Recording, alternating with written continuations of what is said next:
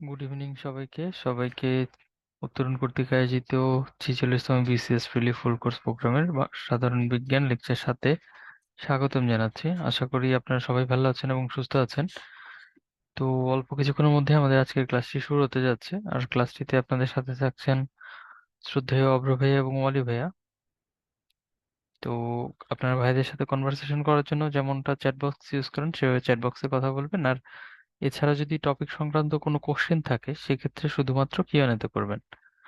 আর এছাড়া যদি উত্তরণ সম্পর্কিত কোনো জিজ্ঞাসা থেকে থাকে তাহলে ক্লাসের শেষের দিকে করার জন্য চেষ্টা করবেন। ধন্যবাদ।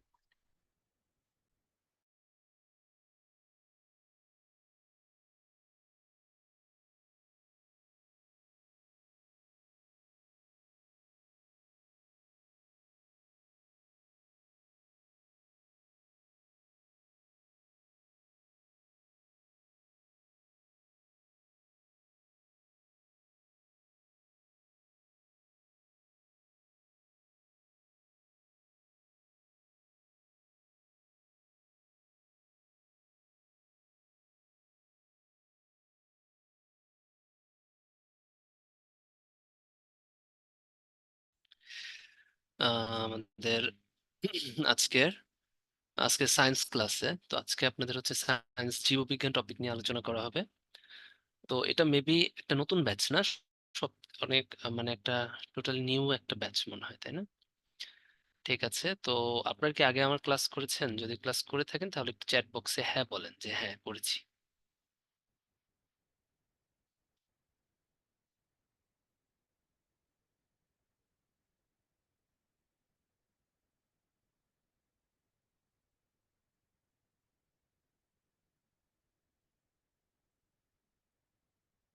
হ্যাঁ, আপনারা যদি আমার ক্লাস আগে করে থাকেন তাহলে একটু বলেন যে হ্যাঁ আপনার ক্লাসটা আমরা করেছি আগে।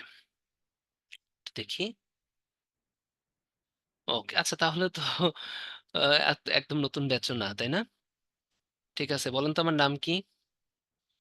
দেখি তো নাম পারেন নাকি, তাহলেই বুঝবো যে ক্লাস করছেন না না করছেন।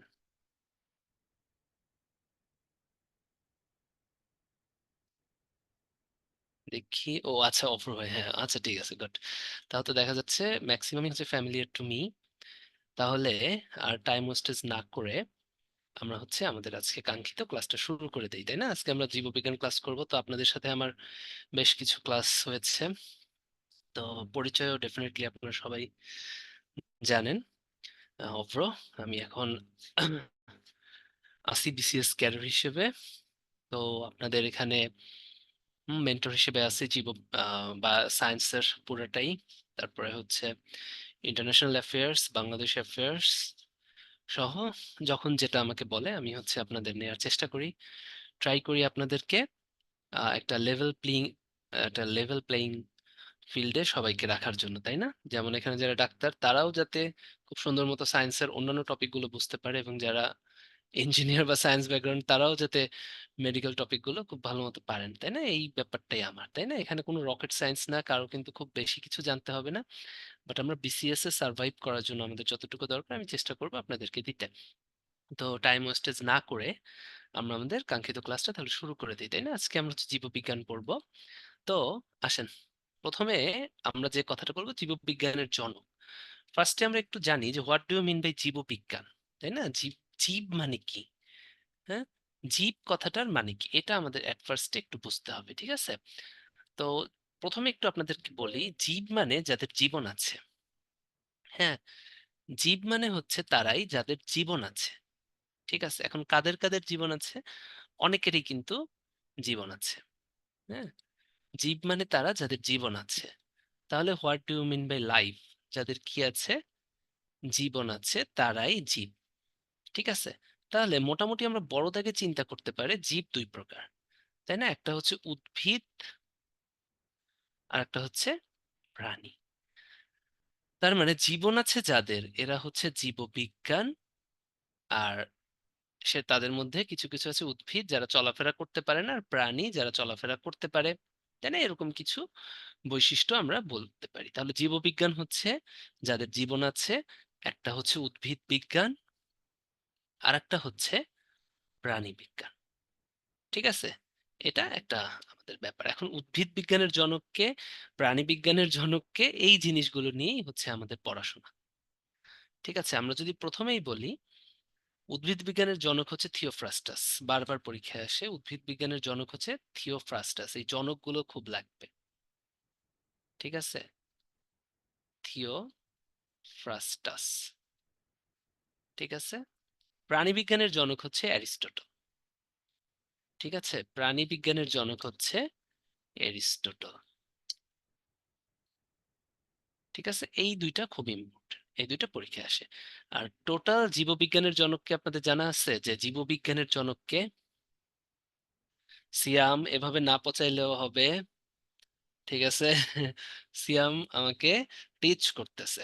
ঠিক আছে, আসেন বলেন জীববিজ্ঞানের জনককে, টোটাল জীববিজ্ঞানের জনক, এটা আমাদেরকে একটু জানতে হবে। ঠিক আছে, একটু আপনাদেরকে বলি, জীববিজ্ঞানের জনকও কিন্তু অ্যারিস্টটল। ঠিক আছে, হ্যাঁ, জীববিজ্ঞানের জনকও কিন্তু অ্যারিস্টটল। কারণ উদ্ভিদ আবিষ্কার হওয়ার আগে জীব বলতে মূলত প্রাণী জগৎকেই বা প্রাণীকেই বলা হতো। ঠিক আছে, প্রাণী জগৎকেই কিন্তু আগে আমরা জীববিজ্ঞান বলতে আলটিমেটলি বুঝতাম। ঠিক আছে, তাহলে প্রাণী বিজ্ঞানের জনক অ্যারিস্টটল, উদ্ভিদ আবিষ্কার হয় কিন্তু পরে। তাহলে জীববিজ্ঞানের জনকও কিন্তু ওই অ্যারিস্টটল। ঠিক আছে, জীববিজ্ঞানের জনকও অ্যারিস্টটল। এগুলো পরীক্ষায় খুব আসে। ঠিক আছে, এবারে আসেন অ্যারিস্টটল। দেখেন অ্যারিস্টটল হচ্ছে প্রাণী বিজ্ঞানের জনক, একসাথে আমি লিখে দিলাম তিনি জীববিজ্ঞানেরও জনক। ঠিক আছে, থিওফ্রাস্টাস হচ্ছে উদ্ভিদ বিজ্ঞানের জনক বলা হয়। তিনি হচ্ছে উদ্ভিদকে ট্রিস, গুল্ম, উপগুল্ম, বিরুৎ এই চার ভাগে ভাগ করেন। তাই না?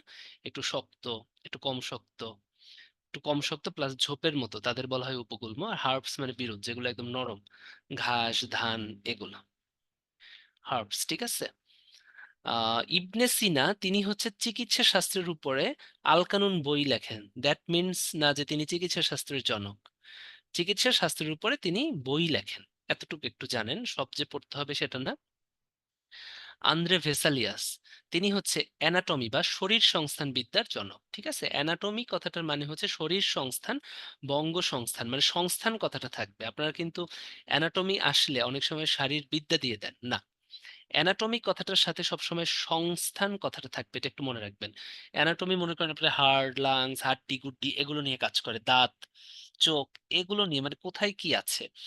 তার মানে হচ্ছে অ্যানাটমি মানে আপনার অঙ্গ বা শরীর সংস্থান, সংস্থান কথাটা থাকতে হবে, সেটা হচ্ছে অ্যানাটমি। সংস্থান না থাকলে এটাকে কিন্তু অ্যানাটমি বলা যাবে না। অঙ্গ সংস্থান বা শরীর সংস্থান, শরীর সংস্থানের থেকেও অ্যানাটমি মানে হচ্ছে অঙ্গ সংস্থান। এটার আবিষ্কারক হচ্ছে Andre Vesalius. Anthony van Leeuwenhoek, Anthony van Leeuwenhoek হচ্ছে অণুজীব বিজ্ঞানের জনক। এখানে একটু আপনাদের প্যাচ লাগে, লিউয়েনহুক হচ্ছে অণুজীব বিজ্ঞানের জনক। সাথে সাথে কাছাকাছি একটা আছে, সেটা হচ্ছে রবার্ট হুক। রবার্ট হুক হচ্ছে কোষের জনক, কোষ আবিষ্কার করে, কোষের জনক হচ্ছে রবার্ট হুক। তাই আমি কনফিউশন সি দিয়ে লিখে দিলাম। লিউয়েন হুক হচ্ছে অণুজীব বিজ্ঞানের জনক, মাইক্রোবায়োলজি যেগুলো দেখতে অণুবীক্ষণ যন্ত্র লাগে বা মাইক্রোস্কোপ লাগে, তিনি হচ্ছে লিউয়েন হুক। আর রবার্ট হুক হচ্ছে কোষের জনক। ঠিক আছে, উইলিয়াম হার্ভে, সব কিন্তু পড়া যাবে না, উইলিয়াম হার্ভে হচ্ছে শারীরবিদ্যার জনক। এখন what do you mean by শারীরবিদ্যা বা শরীরবিদ্যা? সংস্থান নাই কিন্তু, শরীরবিদ্যা মানে হচ্ছে ফিজিওলজি। হ্যাঁ, ফিজিওলজি, ফিজিওলজি ছাড়া একটা ডাক্তার হওয়া কিন্তু ইনকমপ্লিট। শুধু ডাক্তার হওয়া না, বোটানি ইনকমপ্লিট, বায়োকেমিস্ট্রি ইনকমপ্লিট, কৃষিবিদ্যা ইনকমপ্লিট, ভেটেরিনারি সায়েন্স ইনকমপ্লিট। তাই না? যারা এগ্রিকালচারে পড়েন, ডিভিএম পড়েন, বোটানি পড়েন, জুওলজি পড়েন, বায়োকেমিস্ট্রি পড়েন, মাইক্রোবায়োলজি পড়েন, ইভেন যারা ডাক্তারি পড়েন, ইভেন যারা নার্সিং পড়েন, ইভেন যারা মেডিকেল টেকনোলজি বা হচ্ছে অ্যান্সিলিয়ারিস, মেডিকেল অ্যান্সিলিয়ারিস যে সাবজেক্টগুলো আছে ওগুলো পড়েন, সবগুলোর প্রাণ হচ্ছে ফিজিওলজি। ফিজিওলজি ছাড়া কিন্তু কোনো ধরনের আহ মানে হচ্ছে বায়োলজি ইনকমপ্লিট। তাহলে সেই শারীরবিদ্যা বা ফিজিওলজির জনক হচ্ছে উইলিয়াম হার্ভে। ঠিক আছে, বায়োলজি, শারীরবিদ্যা বা ফিজিওলজির জনক উইলিয়াম হার্ভে। তিনি প্রথম রক্ত সঞ্চালন এবং রেচন প্রক্রিয়ার সুস্পষ্ট ধারণা দেন। লুই পাস্তুর একজন অণুজীব বিজ্ঞানী, লুই পাস্তুর থেকে সব থেকে ইম্পর্টেন্ট হচ্ছে তিনি পাস্তুরাইজেশন আবিষ্কার করে। এই কথাটা থেকে আসছে হচ্ছে পাস্তুরাইজেশন। পাস্তুরাইজেশন হচ্ছে দুধকে জীবাণুমুক্ত করার একটা পদ্ধতি, তাই না? আমরা বলি না পাস্তুরাইজ তরল মিল্ক, তরল দুধ, ওইটাই দুধকে জীবাণুমুক্ত করার পদ্ধতি। এছাড়া তিনি অ্যানথ্রাক্স আর জলাতঙ্কের ভ্যাকসিন আবিষ্কার করেন। এই দুটো একটু ইম্পর্টেন্ট, কারণ জলাতঙ্কর ভ্যাকসিন এবং অ্যানথ্রাক্স দরকার নেই, সব থেকে ইম্পর্টেন্ট হচ্ছে জলাতঙ্কের ভ্যাকসিন। তাই আমি ডবল এম দিলাম, এটা পড়াই লাগবে, এটা মনে না রাখা যাবে না। তো পাস্তুর থেকে পাস্তুরাইজেশন পদ্ধতি আর হচ্ছে জলাতঙ্কের ভ্যাকসিন আবিষ্কার করেন মিস্টার লুই পাস্তুর। তাহলে দেখেন তো এখানে আমাদের কিন্তু অলরেডি হয়ে গেল। অনেক কঠিন লাগে জিনিসগুলো। লিউয়েন হুক অণুজীব বিজ্ঞানী জনক, যেগুলো মাইক্রোস্কোপের নিচে দেখতে হয়, ওটার জনক। আর রবার্ট হুক কোষের জনক। উইলিয়াম হার্ভে শারীরবিদ্যার জনক, ফিজিওলজির। আর আন্দ্রে ভেসালিয়াস তিনি হচ্ছে অ্যানাটমির জনক, বা হচ্ছে শারীর সংস্থান বা অঙ্গ সংস্থান। লুই পাস্তুর পাস্তুরাইজেশন আবিষ্কার করে। আর একটা আমরা পড়বো জলাতঙ্কের ভ্যাকসিন। সব তো আপনাদের লাগবে না, জলাতঙ্ক কিন্তু খুব ইম্পর্টেন্ট একটা রোগ। বাংলাদেশ কিন্তু স্ট্রিট ভাইরাস, জলাতঙ্ককে বলা হয় স্ট্রিট ভাইরাস, কারণ এটা বিড়াল কুকুর এদের ভিতর থাকে, ঠিক আছে? তাই এটা আমাদের আসতে পারে, আপনার তো সব দরকার নাই। যেগুলো নিয়ে কাজ হয় এগুলো কিন্তু আসে। আলেকজান্ডার ফ্লেমিং তিনি হচ্ছে প্রথম অ্যান্টিবায়োটিক আবিষ্কার করেন। প্রথম আবিষ্কৃত অ্যান্টিবায়োটিকের নাম হচ্ছে পেনিসিলিন, তো আসতে পারে। রবার্ট কচ, কচ খুবই ইম্পর্টেন্ট। দেখেন তো, যক্ষ্মা কলেরা দুইটার জীবাণুই আবিষ্কার করেন রবার্ট কচ। তো এত তো আসলে মনে থাকবে না, তো যে কয়টা মনে থাকবে লাগবে এই কয়টা কিন্তু বলে দিচ্ছি। রবার্ট কচ হচ্ছে যক্ষ্মা কলেরা আবিষ্কার করেন, তাই না? যক্ষ্মা রোগের ব্যাকটেরিয়ার নাম হচ্ছে মাইকোব্যাকটেরিয়াম টিউবারকিউলোসিস। যক্ষ্মা ইংরেজি হচ্ছে টিউবারকিউলোসিস রোগ, টিউবার কিউলোসিস, ঠিক আছে? টিউবারকিউলোসিস হচ্ছে গিয়ে আপনার যক্ষ্মার ব্যাকটেরিয়া, সেই জন্য এই রোগটার নাম টিউবারকিউলোসিস। তো এটা কিন্তু পরীক্ষায় আসে। তাহলে রবার্ট কচ থেকে পড়বেন যক্ষ্মার কলেরা, এই দুটো কিন্তু বাংলাদেশের দুটো কমন রোগ, এই জন্যই জানতে হবে। বাংলাদেশ 2014 সালে পোলিও মুক্ত হয়। তাহলে পোলিও রোগের টিকা কে আবিষ্কার করে? এটা লাগবে না, সাল্ক, ঠিক আছে? মেন্ডেল বংশগতিবিদ্যার জনক, এটা সবাই জানেন, যারা সায়েন্স আর্টস কমার্স সবাই জানেন। চার্লস ডারউইন তিনি হচ্ছে বিবর্তনের জনক না, তিনি হচ্ছে ন্যাচারাল সিলেকশন বা প্রাকৃতিক নির্বাচনের জনক। এটা এই যে নাম, তার বইয়ের নাম on the origin of species by means of natural selection. তিনি কিন্তু বিবর্তনের জনক না, এটা আমরা অনেকেই ভুল করি। Maqsudul Alam government laboratory high স্কুলের স্টুডেন্ট ছিলেন। তিনি 2000 সালে পাটের জিনোম আবিষ্কার করেন। এছাড়া তিনি পেঁপে, রবার, বিভিন্ন ছত্রাকের জীবাণু আবিষ্কার করেন। লিনিয়াস হচ্ছে, এটা আমরা সবাই জানি, শ্রেণীবিন্যাসের জনক। এখন বলি কোনটা কোনটা একদম লাগবে। সেটা সেটা আমি মানে কঠিন, বাট আপনাকে পড়তে হবে। আমি সবুজ কালার দিয়ে দেই। সাল, পোলিও, যক্ষ্মা, কলেরা, কচ, ঠিক আছে? পোলিও রোগের টিকা আবিষ্কার করেন সাল। কচ হচ্ছে যক্ষ্মার কলেরা রোগের জীবাণু আবিষ্কার করেন। ফ্লেমিং হচ্ছে পেনিসিলিন। বাকিগুলো মনে না থাকলেও হবে, বলে দিলাম, ঠিক আছে? এই কয়টা মাস্ট। ও আর লুই পাস্তুর শুধু জলাতঙ্কর ভ্যাকসিনটা একটু মনে রাখবেন। বাকিগুলো না পারলেও হবে। তাহলে দেখেন এগুলো ইম্পর্টেন্ট গুলো পাশাপাশি একসাথে লিখে দিছি। রক্ত সঞ্চালন প্রক্রিয়া মানে কি? ওই যে ফিজিওলজি, উইলিয়াম হার্ভে, মনে থাকবে না? উইলিয়াম হার্ভের পাশে ফিজিওলজি। হ্যাঁ, ডাক্তারদের সাথে যে এখন পার্ট নেবে নাই, আমি জানি ফিজিওলজি কি, ফিজিওলজির আবিষ্কারক কিন্তু উইলিয়াম হার্ভে, ঠিক আছে?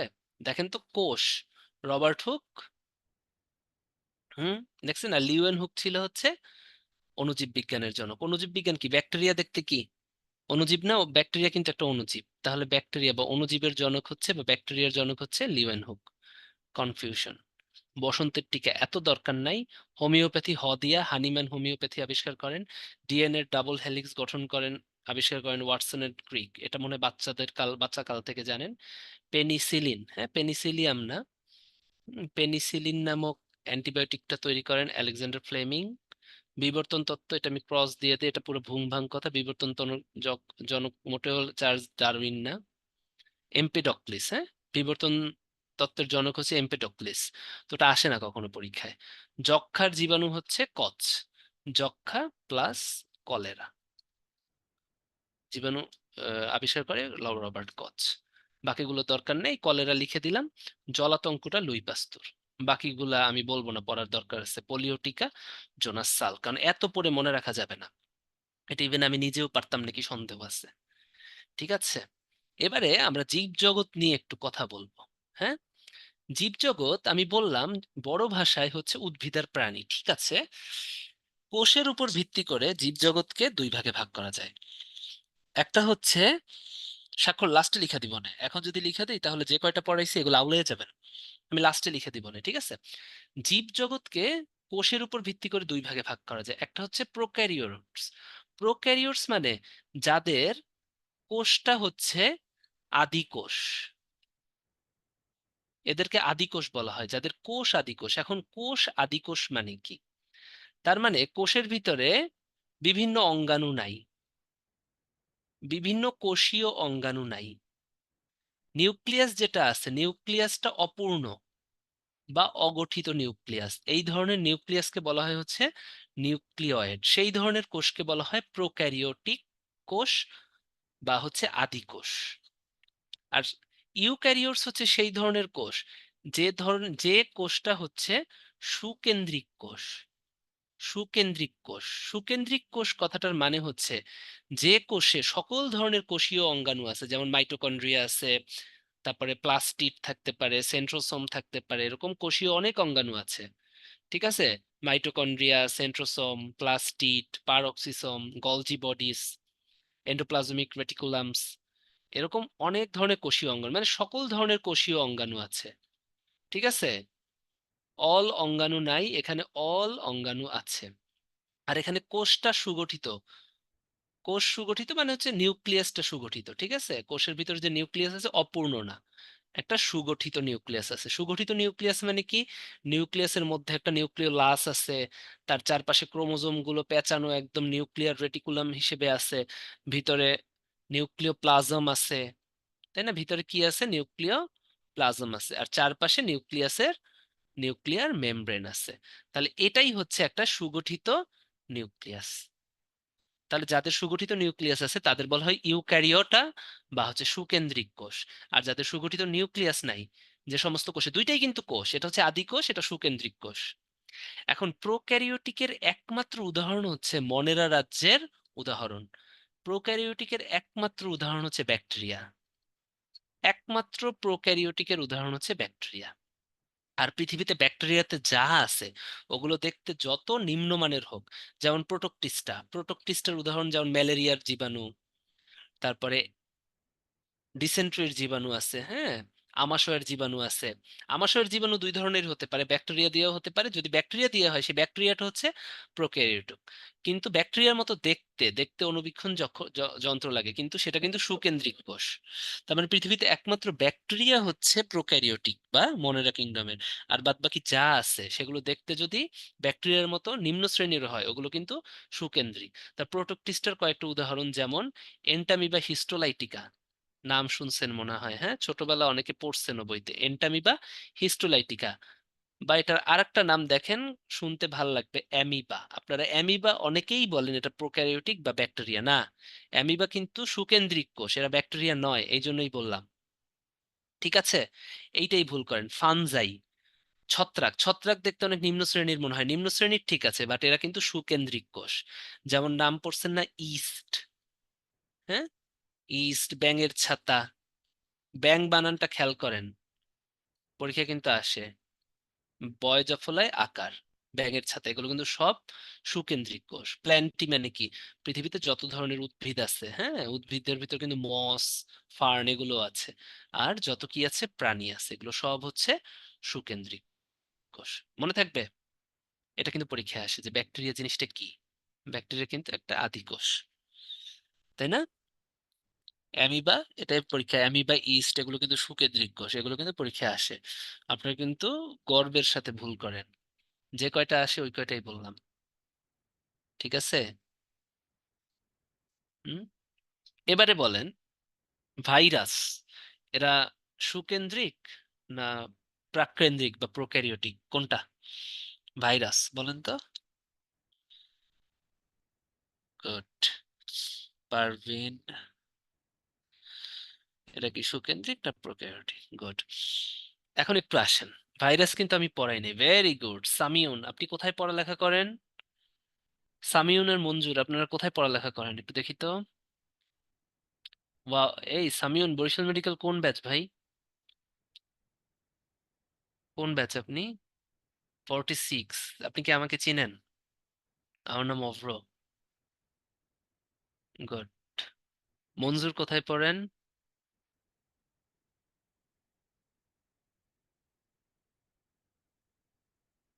আচ্ছা, ঠিক আছে। আসেন, এটার জন্য হ্যাঁ, ভাইরাস কিন্তু আমি এতক্ষণ বলি নাই। ভাইরাস হচ্ছে এমন একটা জীবসত্তা যেটা নাইদার প্রোক্যারিওটস আর নাইদার ইউক্যারিওটস। ঠিক আছে, এটা একটু মনে রাখতে হবে।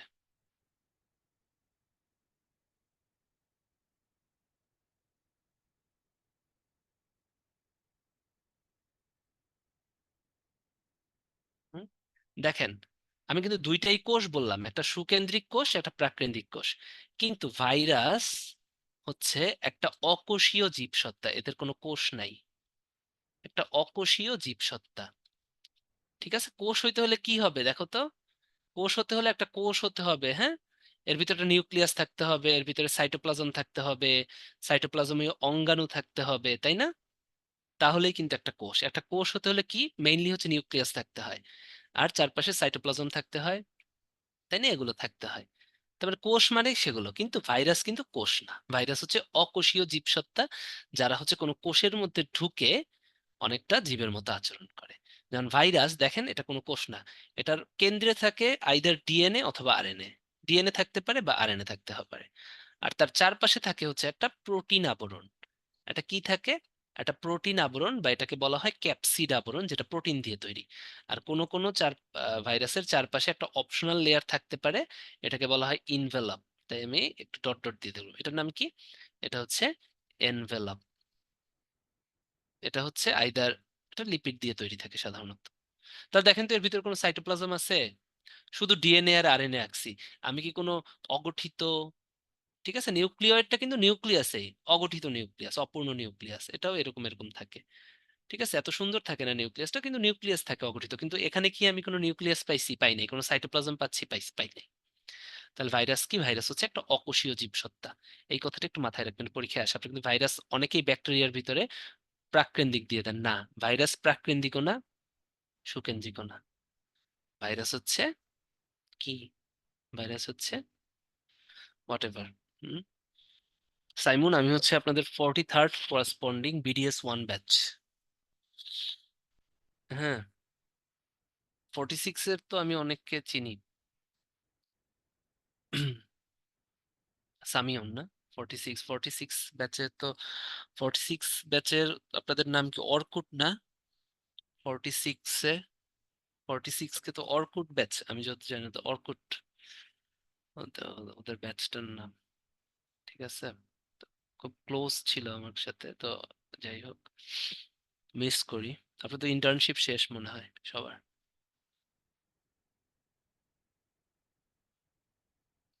আচ্ছা, যাই হোক, আপনারা বুঝেন এটা একটু, হ্যাঁ। ভাইরাস তাহলে একটা অকোষীয় জীবসত্তা। এবারে আসেন ভৌত জীববিজ্ঞান, হ্যাঁ। ভৌত জীববিজ্ঞানের অনেকগুলো, এই যে দেখেন, অঙ্গ সংস্থান যদি হয়, হ্যাঁ, এটা হচ্ছে মরফোলজি, ঠিক আছে। শারীরবিদ্যা ফিজিওলজি, শ্রেণীবিন্যাস ট্যাক্সোনমি, বংশগতি জেনেটিক্স, বিবর্তন ইভলিউশন, বাস্তুবিদ্যা ইকোলজি, ভ্রূণবিদ্যা এমব্রায়োলজি, অন্তঃক্ষরা বিদ্যা মানে হচ্ছে, এটা একটা নাম হচ্ছে হরমোন বিজ্ঞান। হরমোন বিজ্ঞান হচ্ছে এন্ডোক্রাইনোলজি, কোষবিদ্যা সাইটোলজি। এখান থেকে আরো কিছু আসে, এটা হচ্ছে টিস্যু।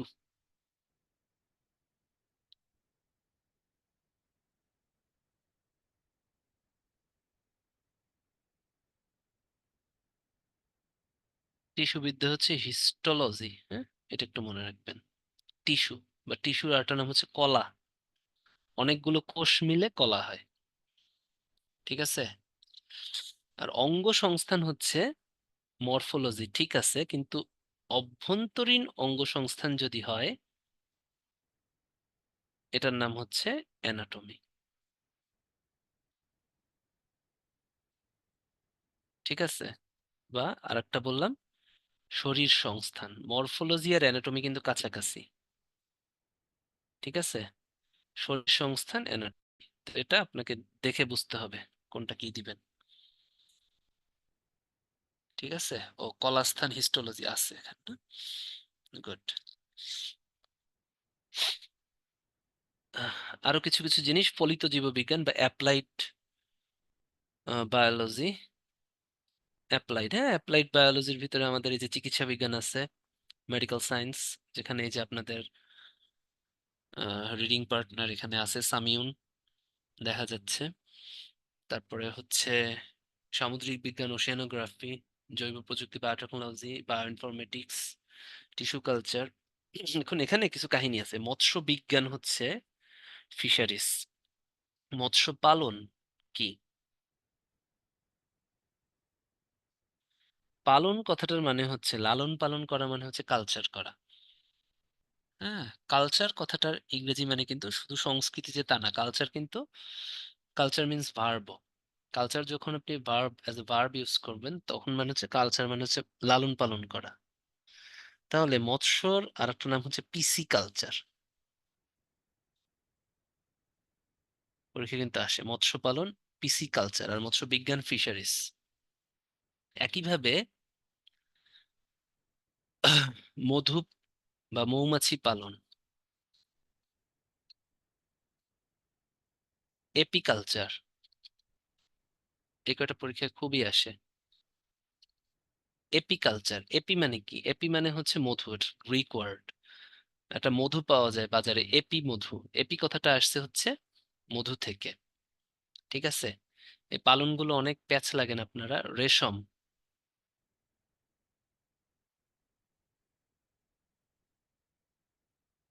রেশম চাষ হচ্ছে সেরিকালচার। ঠিক আছে? এখন প্যাচটা লাগেন কোত্থেকে আমি একটু বলি, ওটা একটু বলি। সেটা হচ্ছে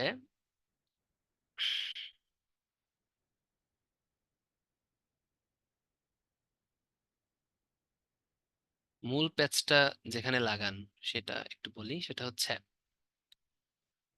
পাখিবিদ্যা, অর্নিথোলজি।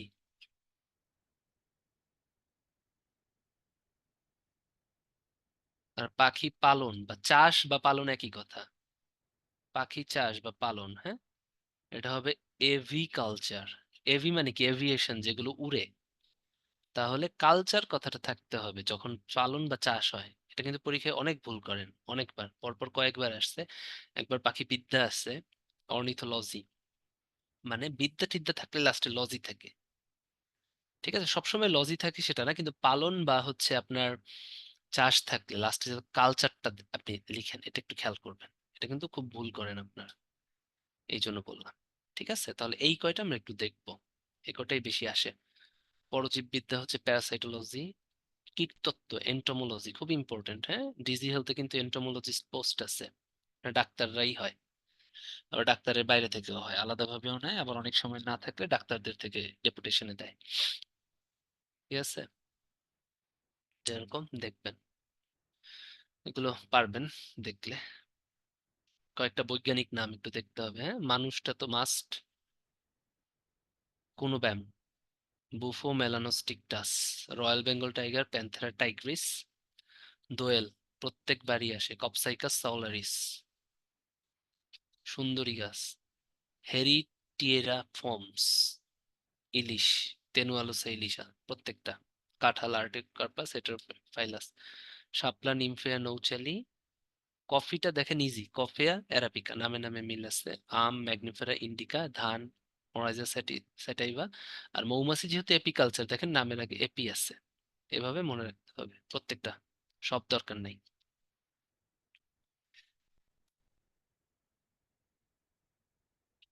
পোল নিয়ে নেই, হ্যাঁ।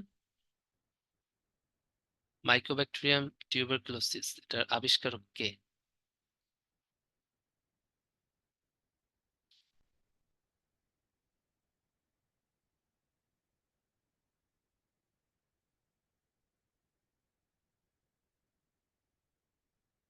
টিউবারকুলোসিস কোন রোগ? যক্ষা। আবিষ্কারক কে হবে?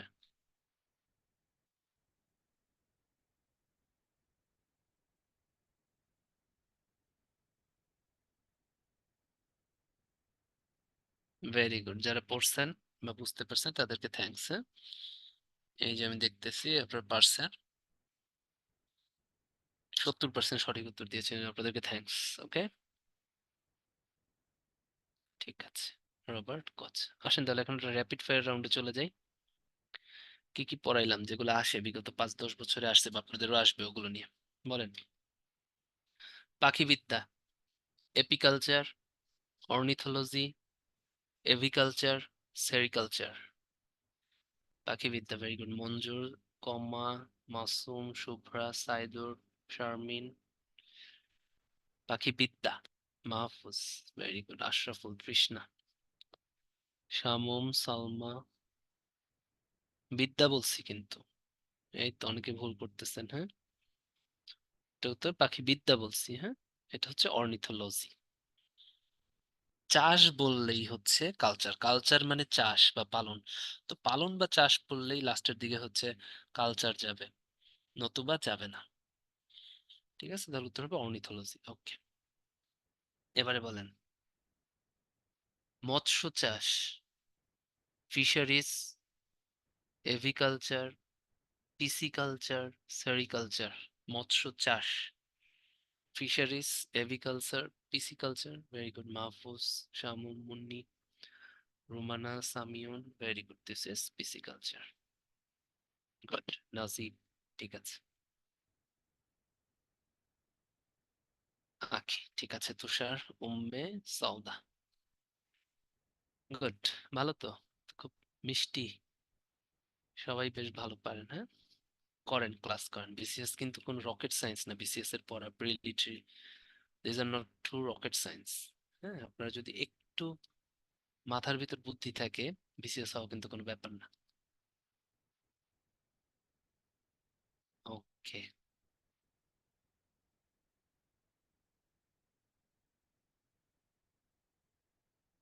2 দিন পর পর আমিও ভুলতাম, বাট 2 দিন পর বললেও মনে পড়বে। আসেন, এবারে সমগ্র প্রাণী জগৎকে 9টা পর্বে ভাগ করা হয়েছে। এই 9টা পর্বের উদাহরণ পড়লেই হবে, আর কিচ্ছু না। হ্যাঁ, কিছু কিছু বৈশিষ্ট্য। পরি, পরিফেরা, পরি কথাটা আসছে পোর্স থেকে। What do you means by pores? ছিদ্র। মেয়েরা বলেন না যে নাকের উপর পোর্স, নাকের ডানে পোর্স, বামে পোর্স। পোর্স মানে কি? পোর্স নাকি বন্ধ হয়ে যায়, তাই হচ্ছে আহ সামিউন উত্তর দিচ্ছি। হ্যাঁ, পোর্স। আপনি কি আগে আমার এই আন্তর্জাতিক ক্লাস করছেন সামিউন? তুমি করে বলি, তুমি যেহেতু আমার মেডিকেলের জুনিয়র। তুমি কি করছো আগে? আচ্ছা, তাই তুমি বলতেছো আন্তর্জাতিক ভালো পড়াই আমি। Thank you, thanks for pumping. মাঝে মধ্যে পাম্প টাম খাইলে ভালো লাগে। ঠিক আছে, আসেন। কিভাবে ভালো পারি একটু পরে বলতেছি, আগে এটা পড়াই নেই। হ্যাঁ, আসেন। আচ্ছা, আসেন। তো পরিফেরা, পরিফেরা পোর্স মানে ছিদ্র, ছিদ্রাল প্রাণী। এখন দেখেন তো, স্পঞ্জ দেখছেন আপনারা কোনো? ফোমের মতো যে জিনিসগুলো, স্পঞ্জ। বাংলা লিখতে অনেক কষ্ট হয়। হ্যাঁ, স্পঞ্জ দেখছেন তো? স্পঞ্জের ভিতরে এই যে শিমুল আর একটা পাম দিছে, থ্যাংক ইউ, ভাল লাগে। হ্যাঁ, আর দিয়েন না, আর পাম দেওয়ার দরকার নেই, আমরা ইসে থাকি। হ্যাঁ, তো আমরা হচ্ছে কোথায় ছিলাম? ছিলাম হচ্ছে স্পঞ্জে। স্পঞ্জে ফুটা ফুটা দেখছি না? তাহলে সকল ধরনের সামুদ্রিক স্পঞ্জ হচ্ছে পরিফেরার উদাহরণ। ঠিক আছে, পরে কিন্তু আসে সামুদ্রিক স্পঞ্জ। আপনার কুয়াকাটা বা কক্সবাজার গেলে পরে যখন পাথরে বসে সেলফি তুলবেন, তখন হয়তো পায়ের কাছে মনে হবে ফোম ফোম কিছু একটা, এরকম অনেক সময় দেখবেন। ওইটার কাছে একটু পাটা লাগাই দেখেন, ভয় পাবেন। মনে হবে কি একটা গরম গরম একটা জীব, মানে জীবীয় অনুভূতি আপনার মনে হবে যে আপনাকে কে টাচ করে গেল। ওটা কিন্তু স্পঞ্জ। এবং এই পরিফেরা গুলো সামুদ্রিক স্পঞ্জ, এগুলো নিশ্চল, এগুলো কিন্তু আসলে জীব, নিশ্চল। এগুলো কিছু করতে পারে না, এগুলো আপনাকে আক্রমণ করতে পারবে না। ঠিক আছে, এরা কিন্তু জীব। উদাহরণ মনে থাকে যেন, হ্যাঁ, পোর্স থাকে। নিডারিয়া, নিডারিয়ার উদাহরণগুলো খুব ইম্পর্টেন্ট। হাইড্রা, আমরা ছোটবেলা পড়ছি হাইড্রা। আর একটা পড়বো হচ্ছে জেলিফিশ। এই দুটো হচ্ছে নিডারিয়ার উদাহরণ। হাইড্রাটাই বেশি আসে। নিডারিয়া হচ্ছে দ্বিস্তরী প্রাণী। ভ্রূণীয় অবস্থায় এদের 2টা স্তর থাকে, এতটুকু জানেন। ম্যাক্সিমাম ক্ষেত্রে পরিফেরা হচ্ছে নিরেট, কোনো স্তর নাই। হ্যাঁ, এগুলো হচ্ছে নিরেট, কোনো স্তর নাই, একটা পিণ্ড, পাথরের মতো, একটা স্পঞ্জের মতো। এরপর থেকেই সব স্তর আছে, ভ্রূণীয় স্তর আছে। তো নিডারিয়া হচ্ছে দ্বিস্তরী, এবং দুইটা স্তরের মধ্যে ওদের একটা গ্লুর মতো অংশ আছে। ওই গ্লুটার নাম হচ্ছে মেসোগ্লিয়া। এটা কিন্তু পরীক্ষায় আসে, মেসোগ্লিয়া কাদের থাকে? গ্লু থেকে হচ্ছে মেসোগ্লিয়া। নিডারিয়াতে দুইটা স্তর একে লাগায় রাখে হচ্ছে মেসোগ্লিয়া গ্লু। দুইটা স্তর, একটোডার্ম আর একটা হচ্ছে এন্ডোডার্ম। নিডারিয়ার পরে যা আছে, Platyhelminthes, nematoda, Annelida, arthropoda, mollusca, Echinodermata, chordata, সব কিন্তু ত্রিস্তরী। এদের কোনো মেসোগ্লিয়া থাকে না। ঠিক আছে, এরপর থেকে যা থাকে সবগুলোর তিন স্তরই থাকে। ঠিক আছে, তার মানে আমি একদম লিখে দেই, তিন স্তর, ভ্রূণীয় তিন স্তর, আফটারওয়ার্ডস সব, এরপর সব, তাই আলাদাভাবে। ঠিক আছে, একটা একটোডার্ম, আর একটা এন্ডোডার্ম, আর একটা দেখেন মেসোডার্ম, নট মেসোগ্লিয়া। তিনটেই ডার্ম, একটোডার্ম, এন্ডোডার্ম, মেসোডার্ম, এরপরে সব। শুধু নিডারিয়াটা হচ্ছে একটোডার্ম, এন্ডোডার্ম, আর একটা ডার্ম নাই। ডার্ম থাকলে স্তর, মধ্যেরটা হচ্ছে মেসোগ্লিয়া, একটা অকোষীয় একটা স্তর। এত কঠিন আপনাদের আসবে না, খালি এতটুকু জানেন মেসোগ্লিয়া হচ্ছে নিডারিয়ার বৈশিষ্ট্য, আর দ্বিস্তরী দুইটা কিন্তু আসে, এই দুইটা কিন্তু আসে। প্লাটিহেলমিনথেস আর নেমাটোডা এরা হচ্ছে কৃমিদের, কৃমি আছে না, কৃমিদের হচ্ছে উম, পর্ব আর কি। প্লাটি, প্লাটি কথাটা আসছে প্লেট থেকে। তো প্লেট কেমন থাকে বলেন তো? চ্যাপ্টা। তাহলে পৃথিবীর যত চ্যাপ্টা কৃমি আছে হচ্ছে প্লাটিহেলমিনথেসের উদাহরণ। যারা জুওলজিতে পড়ছেন বা মেডিকেল সায়েন্স পড়ছেন তারা এগুলো ভালো পারবেন, তাই না? প্লাটিহেলমিনথেসের উদাহরণ কি? সামিউন বলেন। প্লাটিহেলমিনথেসের অথবা জুওলজির কেউ থাকলে বলেন প্লাটিহেলমিনথেসের দুইটা উদাহরণ দেন। ভেরি গুড, শিওলি, এই যে অলরেডি দিয়ে দিছে। হ্যাঁ, ফিতাকৃমি সব থেকে ইম্পর্টেন্ট উদাহরণ। আর একটা আছে যেটা সব থেকে সোজা উদাহরণ, তানভীর হাসান, ওই যে মিস্টার সামিওনও বুইলা খাইছে। হ্যাঁ, যকৃৎ কৃমি আর এটা হচ্ছে ফিতাকৃমি। তাহলে দেখছেন লেভেল প্লেইং ফিল্ড কিন্তু সবার জন্য। হ্যাঁ, হঠাৎ কিন্তু সবকিছু মনে পড়ে না। প্লাটিহেলমিনথেস, চ্যাপ্টা কৃমি, চ্যাপ্টা কৃমির দুইটা উদাহরণ পড়বেন, একটা হচ্ছে যকৃৎ আর একটা হচ্ছে ফিতাকৃমি। আর কিচ্ছু পড়া লাগবে না। নেমাটোডা, নেমাটোডাও একটা কৃমি। এরা হচ্ছে নলাকার কৃমি। নলাকার কৃমিকেই বলা হয় হচ্ছে গোল কৃমি, কারণ এই কৃমিগুলো হচ্ছে প্রস্থচ্ছেদে দেখেন গোল, এই জন্য এদেরকে বলা হয় গোল কৃমি। আর এগুলো কিন্তু চ্যাপ্টা। ফিতা কৃমি দেখতে এরকম, নলের মতো না, এই যে এরকম চ্যাপ্টা, ফিতা, চুলে ফিতা বাঁধেন না ওরকম। আর যকৃৎ কৃমি দেখতে হচ্ছে এরকম। ঠিক আছে, চ্যাপ্টা। হ্যাঁ, সো নেমাটোডা হচ্ছে গোল কৃমি। পৃথিবীর যত গোল কৃমি আছে এগুলো হচ্ছে নেমাটোডার এক্সাম্পল। এবার আসেন আপনাদের একটা সুখবর শুনে। আমি যখন 38 বিসিএস দিছি, আমি কেঁচো, হ্যাঁ, কোন পর্বের, এটা আমি ভুল করেছিলাম। তারপরেও কিন্তু আমি ক্যাডার হইছি। সো টেনশন করার কিচ্ছু নাই। এরকম সিম্পল ভুল সবার হতেই পারে, কিন্তু আপনারা দেখবেন আপনাদের যাতে ভুল না হয়। আর আমাদের গাইডেন্স করার তো কেউ ছিল না, ছিল? আপনাদের তো গাইডেন্স করার লোক আছে। নেমাটোড হচ্ছে গোলকৃমি। গোলকৃমি মানে অনেক ধরনের গোলকৃমি আছে। হ্যাঁ, যেমন সুতা কৃমি, চোখ কৃমি, গুড়া কৃমি। হ্যাঁ, চোখ কৃমি লোয়া লোয়া। গুড়া কৃমি হচ্ছে এন্টারোবায়াস ভার্মিকিউলারিস। পিন ওয়ার্ম আছে। হ্যাঁ, তারপরে উশেরিয়া ব্যানক্রফটি আছে। এত কিছু আপনাদের লাগবে না। ফাইলেরিয়ার কৃমি, হ্যাঁ, এটা হচ্ছে উশেরিয়া ব্যানক্রফটি। এরকম বিভিন্ন কৃমি আছে যেগুলো হচ্ছে নেমাটোড উদাহরণ, চোখ কৃমি, গুরমা কৃমি, ফাইলেরিয়া কৃমি। মূলত গোল কৃমি আসে আপনাদের, যেটা কি, এটা হচ্ছে নেমাটোডা। ঠিক আছে, এই যে যে চ্যাপ্টা কৃমি, যকৃৎ কৃমি, এরা কিন্তু প্রস্রাব করে বা রেচন পদার্থ ত্যাগ করে। তো এদের রেচন অঙ্গটা জলে। ঠিক আছে, একটা জিনিস মনে রাখবেন, এদের রেচন অঙ্গটা কিন্তু জলে, যে দেখছেন, হ্যাঁ, জাজ্জল্যমান। তাই বলা হয় এদের রেচনাঙ্গটা হচ্ছে শিখা কোষ। হ্যাঁ, প্লাটিহেলমিনথেসে কি পাওয়া যায়? শিখা কোষ পাওয়া যায়। কারণ কি, এদের যে কিডনি, এদের তো কিডনি নাই, কিডনির পরিবর্তে এদের শিখা কোষ আছে প্লাটিহেলমিনথেসে, নেমাটোডাতে নাই। তাই এদের এটা কিন্তু রেচনাঙ্গটা একটু চলে। অ্যানিলিডা, অ্যানিলিডা হচ্ছে কেঁচো আর জোক। কেঁচো আর জোক হচ্ছে অ্যানিলিডা। হুম, এদের চারপাশে দেখেন এই যে পায়ের মতো আছে, দেখছেন?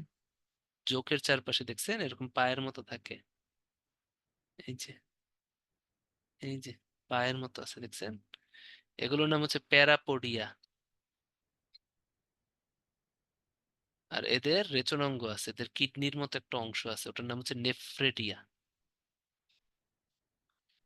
মানুষের কিডনির একক হচ্ছে নেফ্রন, আর কেঁচোর কিডনির একক হচ্ছে নেফ্রেডিয়া।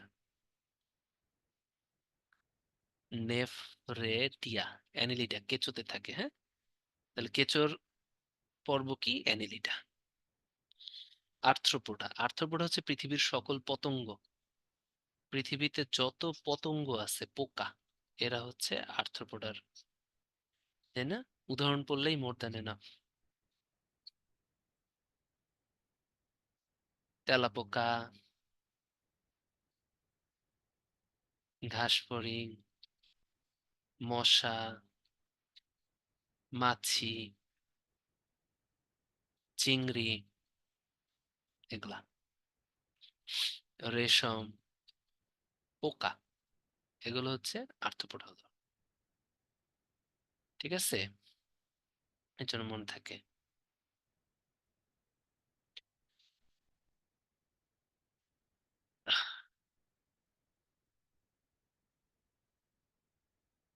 দেখি তো একটা পোল নেই,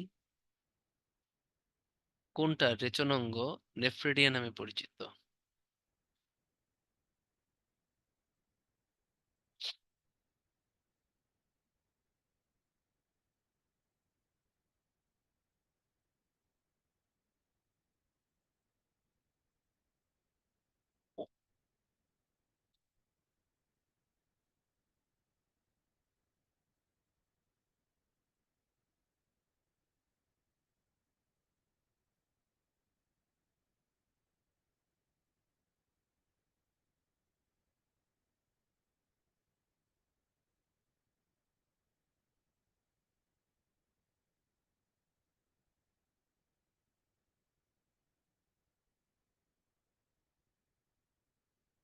তো কি করেছেন আপনারা?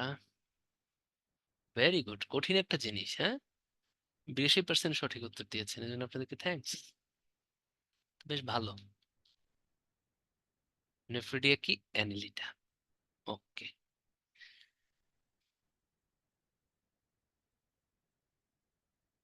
দেখবো না কতটুকু পারেন, একটু র্যাপিড ফায়ার খেলবো তখন। এবার আসেন, আরো পর্ব বাকি আছে। মোলাস্কা, মোলাস্কার উদাহরণ হচ্ছে শামুক ঝিনুক, যাদের চারপাশে খোলস আছে। হ্যাঁ, মানে শক্ত খোলস আছে। আরেকটা আছে উদাহরণ অক্টোপাস, মোলাস্কার উদাহরণ। হ্যাঁ, শামুক, ঝিনুক, অক্টোপাস। একাইনোডার্মাটার সবগুলো শ্রেণী হচ্ছে সামুদ্রিক। যেমন তারা মাছ আছে না, স্টারফিশ, সামুদ্রিক তারা মাছ। সমুদ্র শসা, সমুদ্র শসা, চাইনিজরা খায়। আমি থাইল্যান্ড গেছিলাম একটা ট্রেনিং এ, ওই ট্রেনিং এ সমুদ্র শসা দিছিল খাইতে। হ্যাঁ, ওদের একটা খাবার আছে, একটা হচ্ছে টমসন, টমসন সালাদ না কি যেন একটা সালাদ, টমিয়াম সালাদ। হ্যাঁ, টমসন তো ব্রিজ কুমিল্লায়, টমিয়াম সালাদ। ওটা কিছুই না, ওটা অনেক মজা, ওটা বাসায় বানাইতে পারেন। ওটার জন্য হচ্ছে গিয়ে কি কি করবেন, হামাম দিস্তা নিতে হয় একটা। হ্যাঁ, এরকম একটা হামাম দিস্তা নিবেন, একটু বড় সাইজের। ওটার ভিতরে কয়েকটা চিংড়ি সিদ্ধ করে ছেড়ে দিবেন, পরিষ্কার করে চিংড়ি সিদ্ধ করে ছেড়ে দিবেন। গাজর লাগে, ক্যারটস। হ্যাঁ, ক্যারটস দিবেন, এটাই মেইন। মূলা দিবেন, একদম কাঁচা ফ্রেশ কাঁচা মূলা দেয় ওরা। অবশ্যই একদম ফ্রেশ টমেটো লাগবে, ফ্রেশ টমেটোস দিবেন। রসুন দিবেন, হ্যাঁ, রসুন কুচি লাগে, অনেকগুলো রসুন কুচি লাগে। হ্যাঁ, এগুলো দিবেন। আর হচ্ছে সয়া সস দিবেন। একটু সয়া সস দিবেন, আমি দেখছি এভাবে বানায়। আর হচ্ছে গোলমরিচের গুঁড়ো দিবেন, ব্ল্যাক পেপার দিবেন। হ্যাঁ, এই ব্ল্যাক পেপার দিয়ে ওটার ভিতরে দিবেন, তারপরে একসাথে দিয়ে হামাম দিস্তায় কতক্ষণ হচ্ছে ছেঁচবেন, একসাথে একসাথে ছেঁচবেন সবগুলো। হামাম দিস্তা, ওরা দুইটা হামাম দিস্তা নেয়। এবং ওরা অনেক সময় চিংড়ির জায়গায় কাঁকড়াও দেয়, ওটাতে নাকি আরো বেশি মজা হয়। তো কাঁকড়াটা আমি খাই নাই, বিকজ হচ্ছে আমার ওটা কাঁকড়া অ্যালার্জি আছে, সেজন্য খাই নাই। মানে বাংলাদেশি কাঁকড়া অ্যালার্জি নেই, থাইল্যান্ডের কাঁকড়া খাইছিলাম, পরে আমার হচ্ছে ঠোঁটটা বিশাল ফুলে গেছিল, এই জন্য হচ্ছে ওটা খেতে পারি নাই। আমি হচ্ছে কি ওই চিংড়ি দিয়ে করতে বলছিলাম, তো ভালো লাগে। আর স্পেশাল একটা লেবুর রস দেয় ওরা, মানে ওই ওদের লেবুর রসটা একটু ডিফারেন্ট। তারপর হচ্ছে খুব কড়া টক কোনো লেবুর রস নিবেন, এবং ফ্রেশ লেবুর রস হতে হবে। হ্যাঁ, ওটা দিবেন। ওইটা দিয়ে ওরা একসাথে হচ্ছে গিয়ে ছেঁচে ছেঁচে ওটা হচ্ছে দেয়, এবং প্রচুর দাম। এক প্লেটের দাম লাইক $12। একটু ভালো রেস্টুরেন্ট হলে এক প্লেটের দাম $12। আর আপনি যদি বিচে বসে মজায় মজায় করে খান ওখানে $19। তার মানে $19 কত, $18 কিন্তু অনেক টাকা। বাংলাদেশি টাকায় প্রায় কত, $20 কিন্তু 2000 না, $20 2000 এরকম। $1 যদি 100 হয়, $20 2000 এরকম। তো যাই হোক, এটা করবেন। তো ওইটার ভিতরে একটা জায়গায় স্পেশাল, ওরা বলতেছে যে এই যে এই জিনিসটা দেয়, এটার নাম হচ্ছে সি কিউকাম্বার।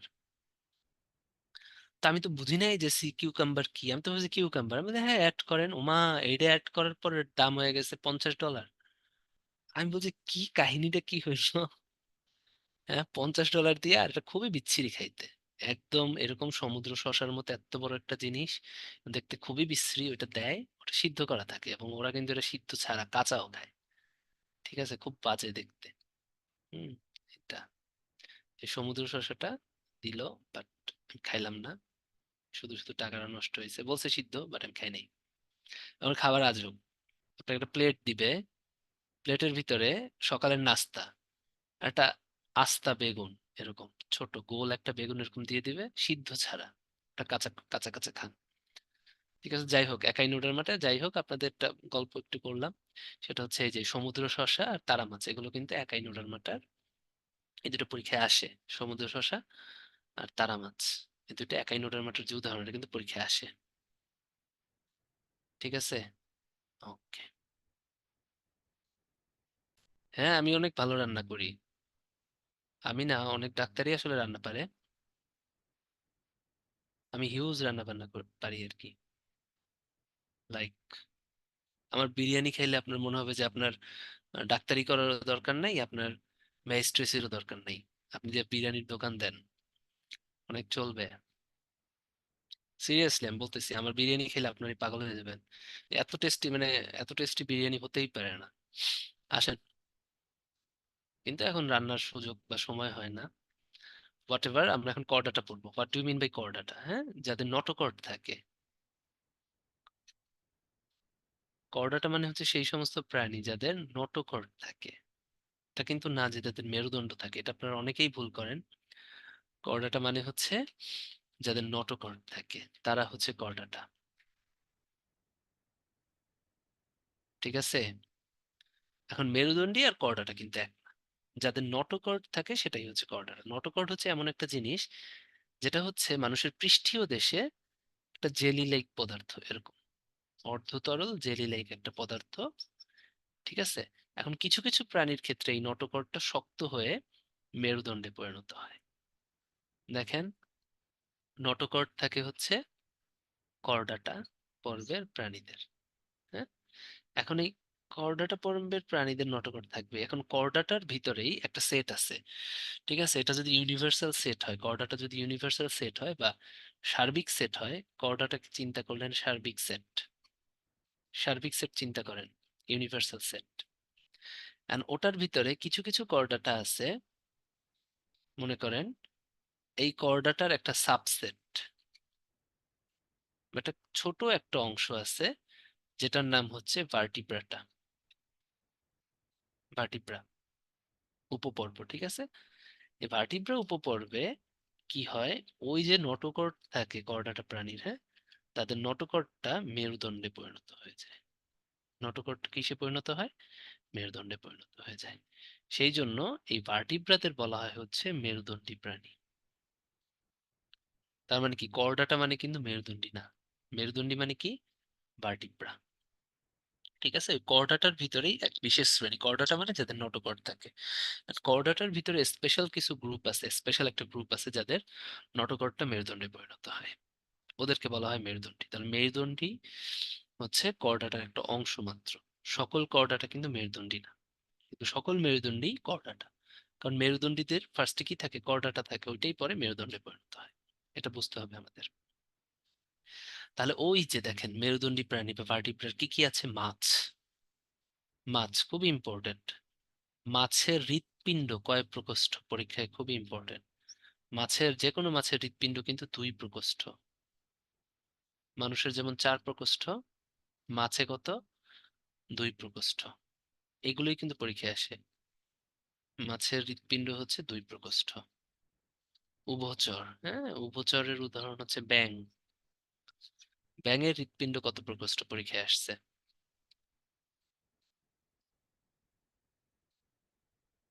ব্যাঙের হৃৎপিণ্ড হচ্ছে 3 প্রকোষ্ঠ। ঠিক আছে, ব্যাঙের হৃৎপিণ্ড কত প্রকোষ্ঠ, 3 প্রকোষ্ঠ, খুব ইম্পর্টেন্ট এটা। এবারে হচ্ছে সরীসৃপ। হ্যাঁ, সরীসৃপ মানে হচ্ছে লাইক আপনার স্নেকস, টিকটিকি। আপনারা একটা ভুল করেন, কচ্ছপ। কচ্ছপ কি জানেন না, কচ্ছপ কিন্তু একটা সরীসৃপ, এইটাই ভুল করেন, এটাই পরীক্ষায় আসে। ঠিক আছে, সাপ, টিকটিকি, কুমির, এগুলো হচ্ছে সরীসৃপের উদাহরণ। হুম। পাখি, পাখির রক্ত কিন্তু উষ্ণ। পৃথিবীতে 2টা প্রাণীর রক্ত উষ্ণ, একটা হচ্ছে পাখি শ্রেণীতে যারা আছে তারা, আর একটা হচ্ছে স্তন্যপায়ী, যেমন আমরা মানুষ, হিউম্যান বিইংস, তাই না? মানে কি মানুষ, তারপরে কারা আছে, গরু, বিড়াল, ছাগল, ভেড়া, বাঘ, সিংহ, যেগুলো হচ্ছে প্রাণী দুধ খায়, হাতি, তাই না, মায়ের স্তন পান করে যারা, এদের রক্তও কিন্তু উষ্ণ। আর উষ্ণ কাদের, পাখির কি স্তন আছে, নাই, বাট পাখিরও কিন্তু উষ্ণ, এটা পরীক্ষায় আসে। তাহলে বাদ বাকিগুলো কি, শীতল, পরীক্ষায় আসে। মাছের রক্ত কেমন, মাছ কিন্তু শীতল রক্ত বিশিষ্ট। ঠিক আছে, ওয়ার্ম ব্লাড না, কোল্ড ব্লাড, কোল্ড ব্লাড। উভচর বা ব্যাং, কোল্ড ব্লাড। পরীক্ষায় আসে। সরীসৃপ, সাপ, টিকটিকি, কচ্ছপ, কুমির, কোল্ড ব্লাড। ওকে, এগুলো কিন্তু পরীক্ষায় আসে। হ্যাঁ, তিমি মাছ কি, তিমি মাছ কি বলেন তো? তিমি তো মাছ না, তিমি ইজ নট আ মাছ। তিমি কিন্তু ওই যে স্তন্যপায়ী প্রাণী, ওই যে পাশেই আছে। হম, এটা।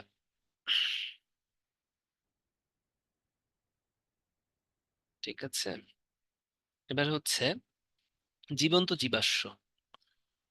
বর্তমানে কিছু কিছু জীব আছে যাদের ডিএনএ আপনি যদি পরীক্ষা করেন, প্রাগৈতিহাসিক কালের ডাইনোসর ঠাইনোসর ওই যুগের প্রাণী উদ্ভিদের সাথে মিল পাবেন। হ্যাঁ, বর্তমানের কিছু জীব, তাই না, কিছু প্রেজেন্ট জীব আছে যাদের ডিএনএ স্ট্রাকচার কেমন পাবেন আপনি, যাদের ডিএনএ স্ট্রাকচার আপনি হচ্ছে সেই প্রাগৈতিহাসিকের, যে ডাইনোসর ফাইনোসর, প্রাগৈতিহাসিক কালের প্রাণীদের সাথে মিল পাবেন। ঠিক আছে, তো কয়েকটা জীবন্ত জীবাশ্মের নাম খুব ইম্পর্টেন্ট। ঠিক আছে, কি কি আছে জীবন্ত জীবাশ্ম? সাইকাস, সাইকাস নাম পড়ছেন না, উদ্ভিদ। সাইকাস কিন্তু একটা জীবন্ত জীবাশ্ম। আর একটা ইম্পর্টেন্ট হচ্ছে রাজ কাঁকড়া। রাজ কাঁকড়া এদেরও জীবন্ত জীবাশ্ম বলা হয়, জীবন্ত জীবাশ্ম, কিন্তু পরীক্ষার জন্য ইম্পর্টেন্ট। ঠিক আছে, বিভিন্ন সামুদ্রিক জীব হাবিজাবি, এগুলো দরকার নেই, এগুলো দেখলেই পারবেন। আমাদের প্লাঙ্কটন আর, ঠিক আছে, এগুলো সম্পর্কে একটু জানতে হবে। প্লাঙ্কটন মানে হচ্ছে এককোষী প্রাণী, অণুজীব, যেগুলো হচ্ছে সমুদ্রের পানিতে থাকে এবং যারা উদ্ভিদের মতো কাজ করে। প্লাঙ্কটন দুই ধরনের আছে, একটা হচ্ছে ফাইটোপ্লাঙ্কটন, সেটা হচ্ছে উদ্ভিদ কণা, তাই না? উদ্ভিদ কণা যেগুলো হচ্ছে এককোষী উদ্ভিদ কণা, যারা পুরোপুরি উদ্ভিদের মতো কাজ করে, এদের বলা হয় ফাইটোপ্লাঙ্কটন, সমুদ্রে পানিতে থাকতে পারে। আর জুওপ্লাঙ্কটন মানে হচ্ছে প্রাণী কণা। জুওলজি মানে কি? প্রাণী বিজ্ঞান। আর ফাইটো কথাটার মানে হচ্ছে উদ্ভিদ। জুওপ্লাঙ্কটন মানে হচ্ছে প্রাণী কণা, যারা হচ্ছে প্রাণীদের মতো সমুদ্র বা সাগর, নদী, এমনকি পুকুরেও থাকতে পারে। ঠিক আছে? এগুলো কিন্তু এককোষী প্রাণী বা এককোষী উদ্ভিদ। আছে, ব্যাকটেরিয়া যে শুধুমাত্র এককোষী হবে এমন তো কোনো কথা না। হ্যাঁ, ইউক্যারিওটিক জীবও এককোষী হতে পারে। তাহলে দেখেন, ইস্ট একটা এককোষী ছত্রাক, অ্যামিবা একটা এককোষী প্রোটোক্টিস্টা, তাই না? ওকে, এরকম কিন্তু এককোষী অনেক কিছু আছে। আচ্ছা, একটা ফোন আসছে, একটু দাঁড়া।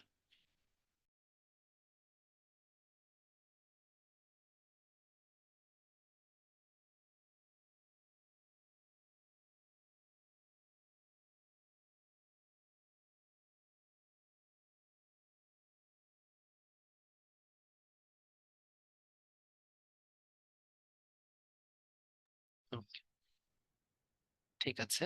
তো ফ্যাক্ট না, আসেন কোথায় যেন ছিলাম। জুও প্লাঙ্কটন হচ্ছে প্রাণীকণা, এটা কিন্তু পরীক্ষায় আসে। হুম, এই যে তাহলে ক্লোরোফিল যুক্ত ছোট কণাকে, যেগুলো হচ্ছে উদ্ভিদের মতো কাজ করে, ওটা ফাইটোপ্লাঙ্কটন। প্লাঙ্কটন কি এককোষী বা বহুকোষী অণুজীব, যাদের সমুদ্রের পানিতে প্রচুর পরিমাণে থাকে, এরা প্লাঙ্কটন। দুই ধরনের আছে, একটা হচ্ছে ফাইটোপ্লাঙ্কটন আর একটা জুওপ্লাঙ্কটন। জুওপ্লাঙ্কটন মানে প্রাণী কণা, আর ফাইটোপ্লাঙ্কটন মানে উদ্ভিদ কণা। বায়ুমণ্ডলের মোট উৎপন্ন অক্সিজেনের 80% সমুদ্রের ফাইটোপ্লাঙ্কটন দ্বারা উৎপন্ন হয়। ঠিক আছে, তাহলে দেখেন সমুদ্র কি করে, সমুদ্রের ভিতর কিন্তু উদ্ভিদ কণা আছে। দেখেন, বায়ুমণ্ডলে যত উৎপন্ন অক্সিজেন আছে তার প্রায় 80% কিন্তু সমুদ্রের ফাইটোপ্লাঙ্কটন দ্বারা তৈরি হয়। ব্যাপারটা দেখছেন? তাহলে বলেন তো, এরা তো অক্সিজেন ত্যাগ করে, অক্সিজেন তৈরি করে, এরা কি শোষণ করে? উদ্ভিদ কি শোষণ করতেছে বলেন? কার্বন ডাই অক্সাইড শোষণ করতেছে। কি করে? কার্বন ডাই অক্সাইড কিন্তু শোষণ করে। তাহলে এরা যদি কার্বন ডাই অক্সাইড শোষণ করে, খুব ভালো কথা, কার্বন ডাই অক্সাইড যদি শোষণ করে, তো আমাদের যে সমস্ত জিনিস, হ্যাঁ, কেমিস্ট্রি পড়ছেন, আমাদের শিল্প দূষণ, বিভিন্ন ধরনের বাজে বা হচ্ছে দূষিত গ্যাস শোষণ করার জন্য কলকারখানাগুলোতে যে প্রতিরোধক জিনিস ব্যবহার করা হয়, ওটাকে কি বলা হয় বলেন তো? জানেন? একটা জিনিস ব্যবহার করা হয় দূষিত গ্যাস শোষণ করার জন্য, ওটাকে কি বলা হয়? চিমনি, ঠিক আছে, চিমনি। ইংলিশে কি বলা হয় সামিউন? বাকিটা বলেন। সিঙ্ক, সিঙ্ক, তাই না? তাহলে দেখেন, পৃথিবীর প্রাকৃতিক কার্বন ডাই অক্সাইড সিঙ্ক কি কি, যারা হচ্ছে দূষিত গ্যাস শোষণ করে? অবশ্যই কি সমুদ্র, সমুদ্র একটা কে কার্বন ডাই অক্সাইড সিঙ্ক হিসেবে কাজ করে। তার মানে কি এরা কার্বন ডাই অক্সাইড শোষণ করে। বুঝতে পারছেন? তাই সমুদ্রের কত ভূমিকা। ওশেনোগ্রাফি, ওশেনোলজি কেন পড়ে মানুষজন? হুম, এছাড়া কার্বন ডাই অক্সাইড সিঙ্ক আরো কি কি আছে? সমুদ্র একটা কার্বন ডাই অক্সাইড, তাই না? কার্বন ডাই অক্সাইড সিঙ্ক, যারা কার্বন ডাই অক্সাইড শোষণ করে, তাহলে গাছপালা, সমুদ্র, এরা কিন্তু কার্বন ডাই অক্সাইড সিঙ্ক হিসেবে কাজ করে। মনে থাকে যেন।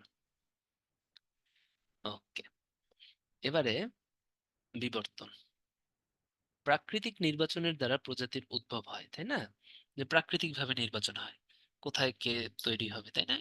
যে বলছে ডলফিন, ডলফিন সাধারণত সমুদ্রে সাঁতার কাটতে পছন্দ করে, ওদের প্রজাতিটা সমুদ্রেই হবে, তাই না?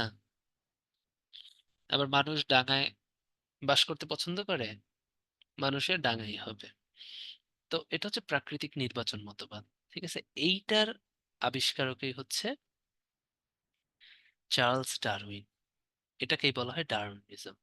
তাহলে এটা হচ্ছে কিন্তু প্রাকৃতিক নির্বাচন মতবাদ ভাই। এই যে আমি এখানে কেটে দিচ্ছি, ডারউইনকে বিবর্তনবাদের জনক বলা হয় না। বিবর্তনবাদের জনক এই যে আমি এখন লিখে দিচ্ছি, সেটা হচ্ছে এমপেডক্লকিস।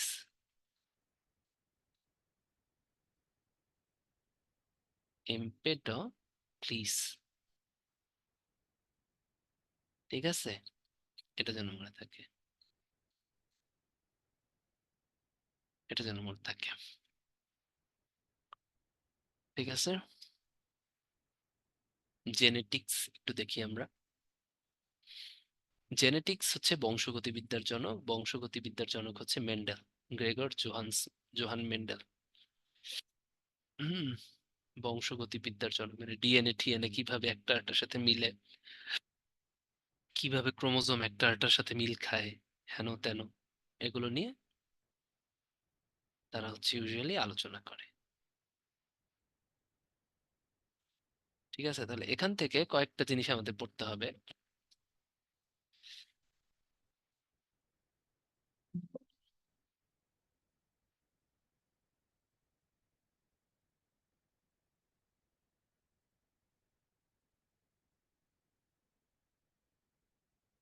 একটু দাঁড়ান।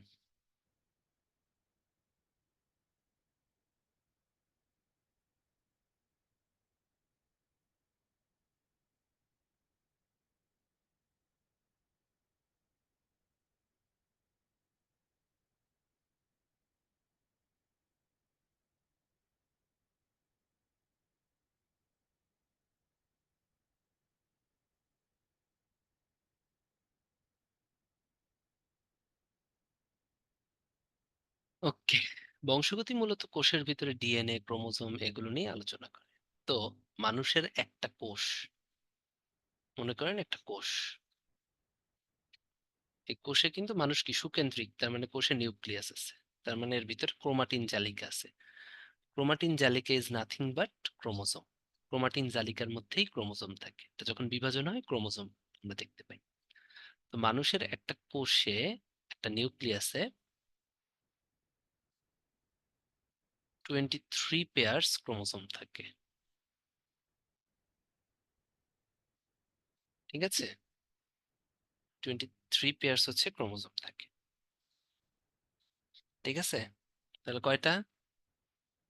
46টা ক্রোমোজোম থাকে, এটাকে মনে থাকে যেন। 23 জোড়া ক্রোমোজোম, 46টা। এর ভিতরে 22 জোড়া হচ্ছে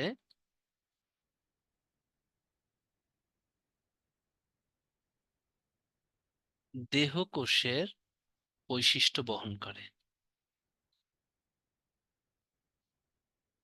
এমন না যে দেহকোষে থাকে, ঠিক আছে? 22 জোড়া কি, প্রত্যেকটা কোষেই কিন্তু আপনার 46টা ক্রোমোজোম থাকে, এবং আপনার প্রত্যেকটা কোষে কিন্তু সেক্স ক্রোমোজোমও থাকে, যেটা আপনার, যেমন আপনার প্রত্যেকটা কোষ চিন্তা করে যে আপনি ছেলে না মেয়ে। আপনার কোষে যদি কোটি কোটি কোষ থাকে, প্রত্যেকটা ইন্ডিভিজুয়াল কোষ, শুধুমাত্র আপনার জননাঙ্গের কোষ না, আপনার চুল থেকে শুরু করে প্রত্যেকটা ইন্ডিভিজুয়াল কোষ 23 জোড়া ক্রোমোজোম বহন করে। এর ভিতরে 22 জোড়া হচ্ছে দেহকোষের বৈশিষ্ট্য বহন করে, আর এক জোড়া লিঙ্গ নির্ধারণ করে। ঠিক আছে, এক জোড়া কি করে, লিঙ্গ নির্ধারণ করে। এই 22 জোড়া যেগুলো হচ্ছে দেহকোষের বৈশিষ্ট্য নির্মাণ করে, এদেরকে বলা হয় অটোসোম। আর এক জোড়া যারা লিঙ্গ নির্ধারণ করে, এদেরকে বলা হয় হচ্ছে সেক্স ক্রোমোজোম। ঠিক আছে, এটা যেন মনে থাকে। এই জিনিসটাই আমরা কিন্তু ভুল করি।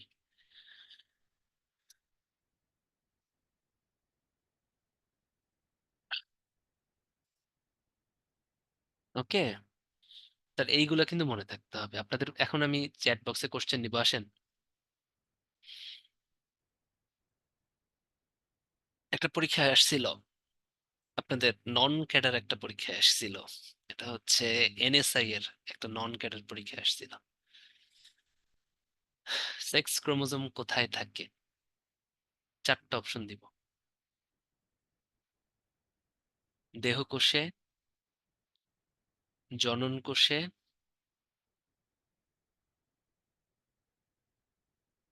উপরের দুইটির যে কোনো একটিতে 3 নাম্বার, 4 নাম্বারে ক ও গ উভয়ই। সেক্স ক্রোমোজোম কোথায় থাকে? দেহকোষে, জনন কোষে, ক ও খ এর যে কোনো একটিতে, 4 নাম্বার অপশন ক ও খ উভয়ই। আহা, ভেরি গুড, যারা ক্লাসটা করছেন ক ও খ উভয়। সেক্স ক্রোমোজোম সব জায়গায় থাকবে, সব জায়গায়। বললাম না কোষ মাত্রই থাকে, ঠিক আছে? সেক্স ক্রোমোজোম সব জায়গায় থাকবে, আপনার প্রত্যেকটা দেহ কোষ, আপনার হাতের কোষেও সেক্স ক্রোমোজোম আছে। আপনার হাতের কোষটাও কিন্তু একটা ছেলে না একটা মেয়ে। যেমন এখানে কারা আছে আমি একটু দেখি। আমি যদি আবিরের হাত থেকে একটা কোষ নেই, আবিরের জনন থেকে না, জননাঙ্গ থেকে না, আবিরের হাত থেকেও যদি আমি একটা কোষ নেই, ওখানে 22 জোড়া হচ্ছে দেহ কোষ আছে, এই অটোসোম আছে, যেগুলো দেহ কোষের বৈশিষ্ট্য বহন করে। আর হাতের ওই একটা কোষেও 1 জোড়া সেক্স ক্রোমোজোম থাকে, যেটা আবিরের লিঙ্গ, মেইল, এটা নির্ধারণ করে। আবার আখির যদি আমি চিন্তা করি, সেই আখির হাত থেকে যদি একটা কোষ নেই, আখির হাতের একটা কোষে কি 22 জোড়া অটোসোম আছে, যেগুলো ওর দেহ কোষের বৈশিষ্ট্য বহন করে, আর 1 জোড়া হচ্ছে ওই যে নারী, ফিমেল, এই বৈশিষ্ট্য বহন করে। ঠিক আছে, তাহলে এটা কিন্তু একটা খুব কমন ভুল যে জনন কোষেই শুধু থাকে, সেক্স ক্রোমোজোম থাকে, ব্যাপারটা কিন্তু না। ঠিক আছে, এটা কিন্তু আপনারা অনেক ভুল করেন, ভাবেন যে পরীক্ষা তো সোজা হয়েছে, সবাই পারবো। হ্যাঁ, তাহলে এই যে যে কোনো কোষেই, যে কোনো কোষে,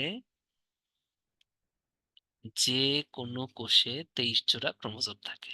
এর ভিতরে 22 জোড়া অটোসোম, যা দেহ কোষের বৈশিষ্ট্য বহন করে, 1 জোড়া লিঙ্গ নির্ধারণ করে, সেক্স ক্রোমোজোম। তো সেক্স ক্রোমোজোমও কি, সেক্স ক্রোমোজোম হোক অটোজোম হোক, দুইটাই যে কোনো কোষে থাকে। বোঝা যাবে? ঠিক আছে, এটা কিন্তু ভুল করেন। ওকে, জেনেটিক্স এর কিছু সূত্র পড়ি। যেমন প্রথম সূত্র, একে বলা হয় পৃথকীকরণ সূত্র। অনুপাতটা খালি দেখেন 3:1। দ্বিতীয় সূত্র হচ্ছে স্বাধীনভাবে সঞ্চারণের সূত্র, একটু অনুপাতটা পড়লেই হবে, আর কিছু না। জেনেটিক্স এর দুইটা সূত্র আছে, প্রথম সূত্রের অনুপাত 3:1, দ্বিতীয় সূত্রের অনুপাত 9:3:1। প্রচ্ছন্ন জীব, যে জিনের বৈশিষ্ট্য প্রকাশ পায় না, জিন কিছুই না, জিন হচ্ছে ডিএনএর খণ্ড, ডিএনএর একক খণ্ডকে বলা হয় হচ্ছে জিন। তাহলে যে জিনের বৈশিষ্ট্য প্রকাশ পায় না তাকে প্রচ্ছন্ন জিন বলে। আর প্রকট জিন মানে যে জিনের বৈশিষ্ট্য প্রকাশ পায়। ঠিক আছে, যেমন আমার যে বাচ্চাটা হইছে, হ্যাঁ, আমার একটা বেবি আছে, তো আমি কিন্তু দেখতে আমার দাদির মতো না, কোনো দিক থেকেই আমি আমার দাদির ধারে ধারে কাছে যাইনি। ঠিক আছে, আমার দাদির চেহারার সাথে আমার কোনো মিল নেই। আমার দাদি অনেক ফর্সা ছিলেন, প্লাস চেহারা অনেক সুন্দর ছিলেন। তা আমি কিন্তু আমার দাদির মতো হই নাই, আমি আমার দাদার মতো হইছি। হ্যাঁ, আমার বাবাও আমার দাদার মতো হয়েছে, দাদির মতো হয় নাই। ঠিক আছে, কিন্তু এই যে আমার বাবুটা হইলো, আমার বাচ্চাটার চেহারার ভিতরে আমার দাদির ছাপটা চলে আসছে। তাহলে কি আমার বডির ভিতরে কিন্তু দাদির যে জিনটা ছিল, ওটা প্রচ্ছন্ন ছিল, প্রকাশ পায় নাই, কিন্তু ছিল। ওটা এসে প্রকট পাইছে কোথায়? এখন প্রকট পাইছে আমার বেবির ভিতরে। দ্যাট ইজ দ্য প্রকট জিন। আর যেটা প্রকাশ পায় না সেটা প্রচ্ছন্ন জিন। ফিনোটাইপ, জীবের বাহ্যিক লক্ষণকে ফিনোটাইপ বলে। হ্যাঁ, যেমন আমার চুল কোকড়া, এটা আমার ফিনোটাইপ। আবার আপনার চুল স্ট্রেট, এটা আপনার ফিনোটাইপ। আমি উজ্জ্বল শ্যামলা, এটা আমার ফিনোটাইপ। আপনি ধবধবে ফর্সা, এটা আপনার ফিনোটাইপ। বাহ্যিক লক্ষণটাই হচ্ছে ফিনোটাইপ। আর যে জিনিসটা আমাদের জিনগুলোকে বলা হয় হচ্ছে জিনোটাইপ, যেগুলো হচ্ছে আমরা কি বলে রিসার্চ করে বের করি, বা হচ্ছে গবেষণা করে বা ইনভেস্টিগেট করে বের করি, যেটা ওটা জিনোটাইপ। আর বাইরে থেকে যেটা দেখা যায় জিনের জন্য, যেটা বাইরে লক্ষণ প্রকাশ পায়, ওটা হচ্ছে ফিনোটাইপ। ঠিক আছে, আচ্ছা Masum, thank you.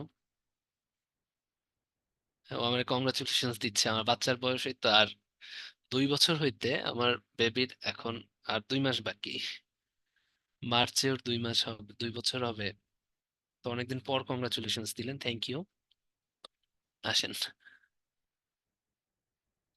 Genetic code কি? হ্যাঁ, এই যে জিন গুলো আছে না, এই জিনে অ্যামাইনো অ্যাসিডের ক্রোমের যে ব্যাপারটা, এটাই হচ্ছে জেনেটিক কোড। ঠিক আছে? আমরা যেদিন নিউক্লিয় ডিএনএ পড়বো, হ্যাঁ, ডিএনএ তে আমরা দেখবো যে একটা ডিএনএ যখন গঠিত হয় তখন হচ্ছে গিয়া, এটা মনে করেন একটা ডিএনএ, হ্যাঁ, এই ডিএনএ এরকম প্রত্যেকটা ডিএনএ তিনটা জিনিস নিয়ে গঠিত হয়। ডিএনএ এর একককে বলা হয় নিউক্লিওটাইড। একটা থাকে হচ্ছে নাইট্রোজেনাস ক্ষারক, হুম, একটা থাকে হচ্ছে পেন্টোজ সুগার, আরটা থাকে হচ্ছে ফসফেট। প্রত্যেকটা ডিএনএ, হ্যাঁ, প্রত্যেকটা ডিএনএ তে এই যে একটা ডিএনএ যদি আমি চিন্তা করি, এটা একটা ডিএনএ আমি যদি চিন্তা করি, এদের হাতল গুলো তৈরি হয় হচ্ছে, ডিএনএ এর ক্লাসে পাবেন, তারপরে আমি এখন দেখে দেই। ডিএনএ যে যে হাতল, হাতল তৈরি হয় হচ্ছে, ডিএনএ কিন্তু ডাবল হেলিক্স, মানে দুই হাতল বিশিষ্ট দুইটা, দেখেন দুইটা হাতল আছে, আর কতগুলো ধাপ আছে সিঁড়ির মতো, হ্যাঁ। এই ধাপগুলো তৈরি হয় হচ্ছে নাইট্রোজেন ঘটিত ক্ষারক দিয়ে, দুই সাইডে, হ্যাঁ, প্রত্যেকটা সিঁড়ির দুই সাইডে দুইটা নাইট্রোজেন ঘটিত ক্ষারক থাকে, অ্যাডিনিন, গুয়ানিন, সাইটোসিন আর থাইমিন। তো যাই হোক, নাইট্রোজেন ঘটিত ক্ষারক থাকে। আর হাতলগুলো তৈরি হয় হচ্ছে পেন্টোজ সুগার দিয়ে আর ফসফেট দিয়ে। তাহলে একটা নাইট্রোজেন ঘটিত ক্ষারক বা নাইট্রোজেন ঘটিত ক্ষারক, একটা পেন্টোজ সুগার, আর একটা হচ্ছে ফসফেট, এই তিনটাকে একসাথে বলা হয় হচ্ছে নিউক্লিওটাইড। ঠিক আছে? তো একটা ডিএনএ হচ্ছে নিউক্লিওটাইডের পলিমার, অসংখ্য নিউক্লিওটাইড মিলে গঠিত হয়। দেখেন, এই যে একটা নিউক্লিওটাইড, আবার এই সাইডে এই একটা নিউক্লিওটাইড, আবার এখানে একটা সেকেন্ড এই একটা নিউক্লিওটাইড, আবার এই একটা নিউক্লিওটাইড, তাই না? হাতল এই যে সুগার আর ফসফেট, আর আপনার ধাপগুলো হচ্ছে নাইট্রোজেন ঘটিত ক্ষারক দিয়ে। তাহলে এরকম অসংখ্য নিউক্লিওটাইড দিয়ে একটা নিউক্লিয়াস গঠিত। এটা নিয়ে ডিএনএ যেদিন পড়াবো ওই দিন আপনাদের খুব সুন্দর মতো বুঝিয়ে দেওয়া হবে। তো এই নাইট্রোজেন ঘটিত ক্ষারক পেন্টোজ আর ফসফেট মিলে নিউক্লিওটাইড। তাহলে এই যে নিউক্লিওটাইডের পরপর তিনটা নিউক্লিওটাইডকে একটা একটা জেনেটিক কোড বলা হয়। জিনে নিউক্লিওটাইডের ক্রোম এবং প্রোটিনে অ্যামাইনো অ্যাসিডের ক্রোম, আসলে কিছুই না, জিনে নিউক্লিওটাইডের ক্রোমকে জেনেটিক কোড বলা হয়। এবং একটু বলে দেই, তিনটি কোড থাকতে হবে, পরপর তিনটা থাকতে হবে, তাহলে একে জেনেটিক কোড বলা হয়। ঠিক আছে? আপনাদের এত কিছু লাগবে না, একটু জানেন যে নিউক্লিওটাইডের ক্রোমটাকে বলা হয় জেনেটিক কোড। জেনেটিক ম্যাপিং কিছুই না, হ্যাঁ, একটা মানুষের ডেটার সাথে তাদের পূর্বপুরুষের ডেটা মিলিয়ে যে ডেটাবেস করা হয় তাই জেনেটিক ম্যাপ। বলেন তো আমাদের ডেটাবেস কাদের সাথে মিলছে? হ্যাঁ, বাঙালিদের ডেটাবেস যদি করতে যায়, পর্তুগিজদের সাথে মিলছে, ফ্রান্সের সাথে মিলছে, ইংল্যান্ডের সাথে মিলছে, ঠিক আছে, বলকানদের সাথে মিলছে, মধ্যপ্রাচ্যের সাথে মিলছে, অস্ট্রেলিয়ার সাথে মিলছে। সব জায়গায় মিল খাওয়া যায়, কারো বেশি কারো কম। সেই জন্য আমাদের শঙ্কর জাতি বলা হয়। এটাই হচ্ছে পূর্বপুরুষদের। না, মঙ্গলয়েডদের সাথে মিলে না। মঙ্গলয়েডদের সাথে কিন্তু বাঙালিদের খুব কম মিলে। মানে বৃহৎ নৃগোষ্ঠী তো বাঙালি, নৃগোষ্ঠী পরে একদিন পড়াবো। হুম, একটু পরে জিজ্ঞেস করবো না, সময় যেহেতু আছে। হ্যাঁ, তো বাঙালিদের সাথে কিন্তু সাধারণত মঙ্গলয়েড অতটা মিলে না। এগুলো মিল খেয়েছে, এই জিনিসগুলো জেনেটিক ম্যাপস দিয়ে করা হয়। এই যে জেনেটিক্স ডিএনএ এর এই প্রবলেম গুলোর জন্য কিছু রোগ হয়, যেমন sickle cell anaemia, Huntington's disease. Sickle cell anaemia নামই হচ্ছে সিকল সেল অ্যানিমিয়া, শুধু সিকল সেল লিখছে না, সিকল সেল অ্যানিমিয়া মানে হচ্ছে রক্ত শূন্যতা। ঠিক আছে? রক্তগুলো সাধারণত কি, মানুষের লোহিত রক্তগুলো কিন্তু এরকম আলপেনলিভে চকলেটের মতো, ভিতরের দিকে অবতল, বাইরের দিকে উত্তল, হ্যাঁ, এরকম। কিন্তু তখন রক্তকণিকাগুলো এরকম কাস্তের মতো হয়ে যায়। সিকল মানে এই যে কাস্তে, পরে কি হয়, রক্তগুলো ভেঙে যায়, রক্তের ভিতর কণিকাগুলো ভেঙে যায়, হ্যাঁ, রক্তকণিকাগুলো দ্রুত ভেঙে যায়, কারণ কাস্তের মতো আশেপাশে সব দ্রুত, ফলে রক্ত শূন্যতা দেখা যায়। হান্টিংটনস ডিজিজের নামগুলো শুধু পড়েন, এই যে জেনেটিক্স মিউটেশনের একটা সমস্যা। এখন মিউটেশন কি? মিউটেশন কথাটার মানে হচ্ছে স্থায়ী পরিবর্তন। কোনো জীবের এক বা একাধিক বৈশিষ্ট্যের আকস্মিক বংশগত শুধু পরিবর্তন হবে না, স্থায়ী পরিবর্তনকে মিউটেশন বলে। ঠিক আছে? যেমন মনে করেন কোভিড। হ্যাঁ, আগে কিন্তু কোভিড খুব একটা সমস্যা করতো না। এই যে যারা 46-এর সামিউন, আপনাকে আমি বলতেছি, আপনারা যখন পড়ছেন আরএনএ ভাইরাস, করোনা ভাইরাস পড়ে আসছেন না কোভিড এর আগেই? মাইক্রোবায়োলজি তো অবশ্যই 2020-এর আগে শেষ করছেন, কোভিড এর আগে শেষ করছেন না? আমরা কিন্তু মাইক্রোবায়োলজিতে করোনা ভাইরাস পড়ে আসছি, কিন্তু এটা কি এত ফেটাল ছিল? পড়েন নাই কিন্তু, মানে ছিল না। 46-এর যারা আছেন, তাই না, কোভিড এর আগেই তো আপনারা এই মাইক্রোবায়োলজি শেষ করছেন, থার্ড প্রফ শেষ করছেন। তাহলে আমরা কিন্তু মাইক্রোবায়োলজিতে এই কোভিড হওয়ার আগেই করোনা পড়ে আসছি, কিন্তু করোনা কিন্তু অত ইম্পর্টেন্স দিয়ে পড়ি নাই, কারণ করোনা তখন এতটা ফেটাল ছিল না। কারণ ওর বৈশিষ্ট্য ছিল সিম্পল হাঁচি কাশি এগুলো হবে, কিন্তু হঠাৎ কিন্তু ওদের মিউটেশন হইল, পরিবর্তন হয়ে গেল, এবং তারা কিন্তু মারাত্মকভাবে আমাদের কি এসি টু রিসিপ্টর যেটা আছে বডিতে, হ্যাঁ, এসি টু রিসিপ্টর কোথায় কোথায় আছে? হ্যাঁ, এসি টু রিসিপ্টর আছে হচ্ছে আমাদের লাংসে, মানে আমাদের শ্বসন তন্ত্রে, তাই না? যে সমস্ত জায়গায় করোনা ফুসফুসকে আক্রমণ করতেছে, শ্বাসনালীকে আক্রমণ করতেছে, আরো অনেক জায়গায় আক্রমণ করে, টেস্টিসেও কিন্তু আছে, হ্যাঁ, টেস্টিসেও কিন্তু করোনা আক্রমণ করে। সেই জন্য আপনাদেরকে একটু বলি, এটা হচ্ছে, আমি যখন হেলথ ক্যারিয়ারে ফার্স্টে যোগ দেই, আমাদের হচ্ছে একটা ট্রেনিং হয়েছিল, ট্রেনিং এ বলতেছিল হাত ধোয়ার কোনো বিকল্প নাই। ইভেন ওয়াশরুমে যাওয়ার পরে আমরা সাধারণত হাত ধুই, কিন্তু নিয়ম হচ্ছে ওয়াশরুমে যাওয়ার আগেও একবার হাত ধোয়া। বিকজ ছেলেদের জন্য টেস্টিস মানে কি? অন্ডকোষ, তাই না? ওখানেও কিন্তু কোভিড আক্রমণ করতে পারে। তো আপনি ওয়াশরুমে যেয়ে যখন হাত না ধুয়ে যদি ওই জায়গাটা টাচ করেন, আপনার হাত থেকে কিন্তু আস্তে সামহাউ ট্রান্সমিট হতে পারে। সেই জন্য হাত ধোয়াটা এত ইম্পর্টেন্স দিয়ে বলা হয় পাবলিক হেলথে, যে শুধুমাত্র খাওয়ার আগ পরে ওয়াশরুমে যাওয়ার পরে হাত ধোয়া না, ওয়াশরুমে যাওয়ার সময়ও কিন্তু হাত ধুইতে হবে। জিনিসগুলো হাস্যকর মনে হলো, এখন আমরা মাস্ক ইউজ করি না, হাত ধুই না, কিন্তু হাত ধোয়া, মাস্ক ইউজ করা, এগুলো কিন্তু খুব ব্লেজিং, আপনারা সবাই করবেন। ঠিক আছে? অনেক জায়গা থেকে, আর চোখে মুখে হাত দিবেন না, অনেক ভালো থাকতে পারবেন। ঠিক আছে? তো যাই হোক, এই মিউটেশন তাহলে কি হলো, যে স্থায়ী পরিবর্তন, তাই না? কোনো কিছুর স্থায়ী পরিবর্তন হলে কিন্তু এই মিউটেশনটা হয়, যার ফলে জিনিসটা হয়, এবং এই মিউটেশনের ফলে এই রোগগুলো হয়। হঠাৎ ডিএনএ এর মিউটেশন হয়ে এই রোগগুলো হয়, sickle cell anaemia, Huntington's disease. তাহলে পয়েন্ট মিউটেশনের কিছু রোগ, হ্যাঁ, এই, ঠিক আছে, মিউটেশন অনেক ভাবে হতে পারে। একটা হচ্ছে পয়েন্ট মিউটেশন, মানে হচ্ছে ডিএনএ এর যে কোনো একটা পয়েন্টের পরিবর্তন, এই পয়েন্টের পরিবর্তন, এই পয়েন্টের পরিবর্তন, এগুলো হলে sickle cell anaemia, Huntington's disease এগুলো হয়। ঠিক আছে, একটা পোল নিয়ে নেই, সহজ পোল, এরপর আমরা র্যাপিড ফায়ার রাউন্ড খেলবানি। মেন্ডেলের দ্বিতীয় সূত্রের অনুপাতটা কত?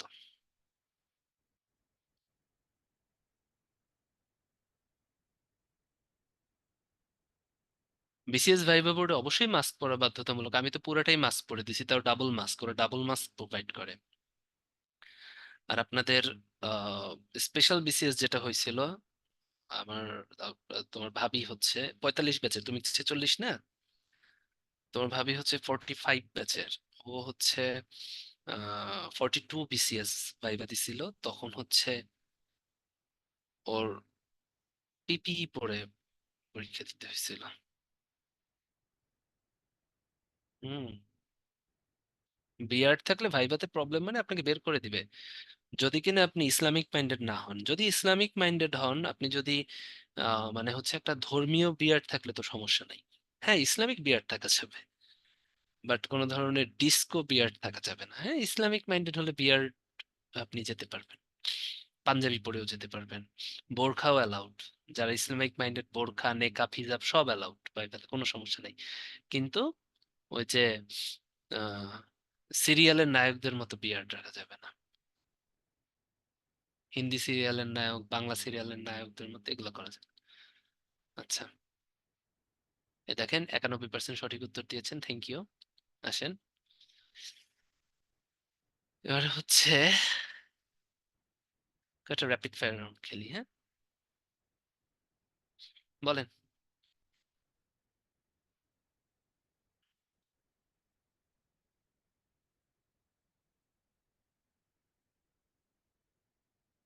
মাসুম বলছে এখন পর্যন্ত শেভ করে নাই, ভাইবা দেওয়ার সুযোগ হলে করব ফার্স্ট টাইম। যাক, আপনার সাথে আমার মিল পাইছি। আমি শুধু ভাইবার সময় একবার শেভ করছিলাম। বাট আপনি যদি অ্যাডমিন ক্যাডারে হন বা পুলিশ ক্যাডারে হন, জীবনে আপনি স্টাইল করে দাঁড়িয়ে রাখবেন। ইসলামিক মাইন্ডেড যারা আছে তাদের বাদে, ইসলামিক যারা আছে তারা দাঁড়িয়ে রাখতে পারে, আজীবন সমস্যা নেই। কিন্তু আপনি যদি ইসলামিক মাইন্ডেড না হন, মানে ইসলামিক বিয়ারটা না রাখেন আর কি, নর্মালি স্টাইল করার জন্য বিয়ারটা দিচ্ছে, তাহলে আপনি অ্যাডমিনে বা হচ্ছে ইসে আসবেন না, পুলিশে। এই দুটো ক্যাডারে আসলে আপনার আজীবন ছিলা মুরগি সেজে থাকতে হবে। ডেইলি সকালে আপনার শেভ করে যেতে হবে। ঠিক আছে? সো মাসুম, হ্যাঁ, শেভ করা প্র্যাকটিস করেন যদি অ্যাডমিনে আসার ইচ্ছা থাকে। ডেইলি ডেইলি শেভ করতে আপনি মনে করেন যে একটু কষ্ট করে রাখবেন, হঠাৎ স্যারের চোখে ভাই যাও শেভ করে আসো। ওকে, যাই হোক, ছিল। ঠিক আছে, কয়েকটা র্যাপিড ফায়ার নেই, বলেন। নট করডাটা প্রাণীর বৈশিষ্ট্য কোনটা? মেরুদণ্ড আছে, নটোকর্ড আছে। করডাটা প্রাণীর উদাহরণ হচ্ছে গিয়া রেশম পোকা, উপরে সবগুলা। ভেরি গুড, নটোকর্ড আছে ওর থেকে জানো, হ্যাঁ। এবারে বলেন, সেটা হচ্ছে পতঙ্গ সাধারণত কোন পর্বে আছে? Porifera, Cnidaria, Arthropoda, Annelida. পতঙ্গ। Very good, Shubhra, Najib, Tanushree, Esha. Good. Kuntala. Okay. Arthropoda, Rapti. Okay. এবারে বলেন, জীববিজ্ঞানের জনক কে? সক্রেটিস, অ্যারিস্টটল, থিওফ্রাস্টাস, বেলসিয়াস। ওকে। মার্ভি, মুন্নি, শিওলি, এশা। ওকে। উদ্ভিদ বিজ্ঞানের জনক কে? Aristotle, Socrates, Louis Pasteur, Theophrastus. উদ্ভিদ বিজ্ঞান। মঞ্জুর, এশা, পারভিন, সালমা। Very good.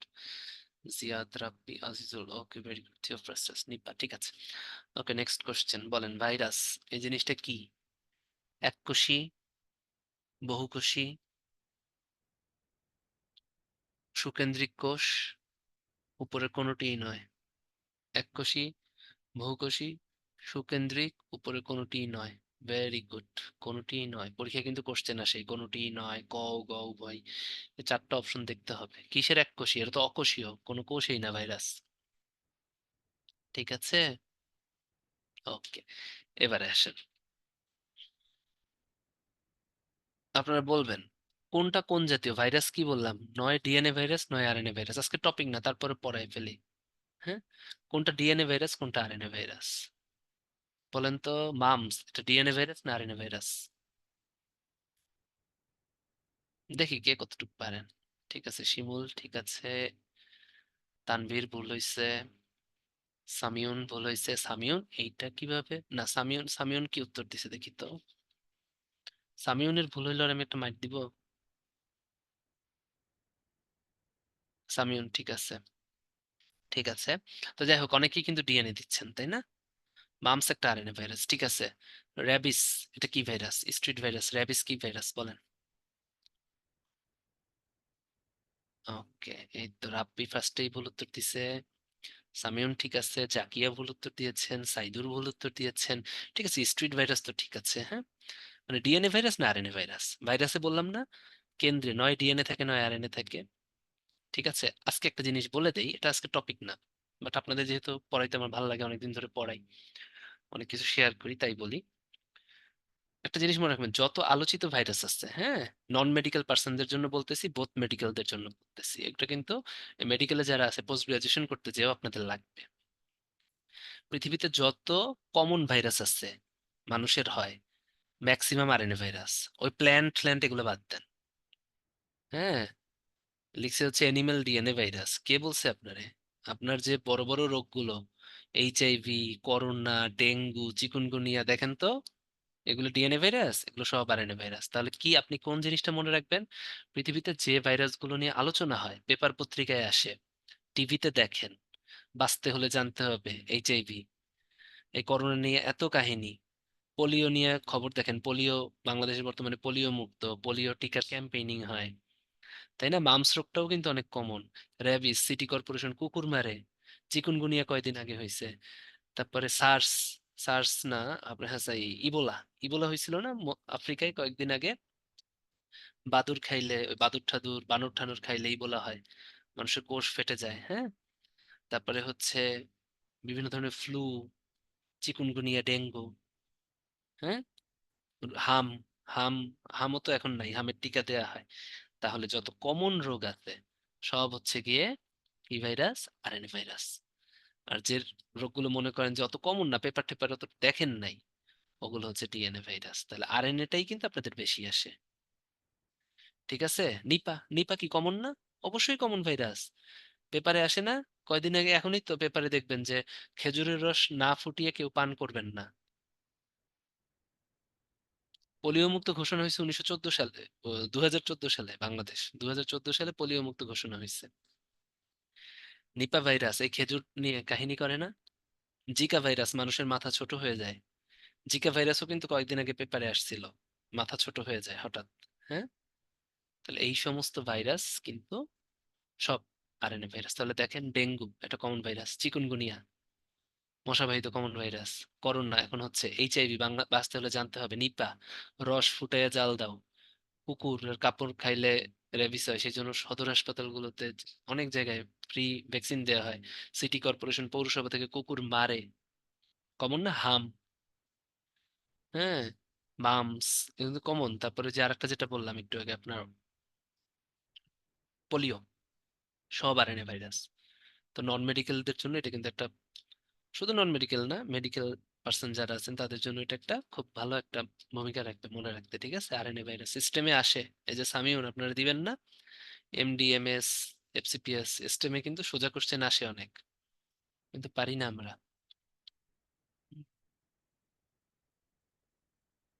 দেখেন, পারবেন? বলেন, দেহকোষে ক্রোমোজোমের সংখ্যা কয়টা? বলেন, চ্যাট বক্সে লিখে জানান।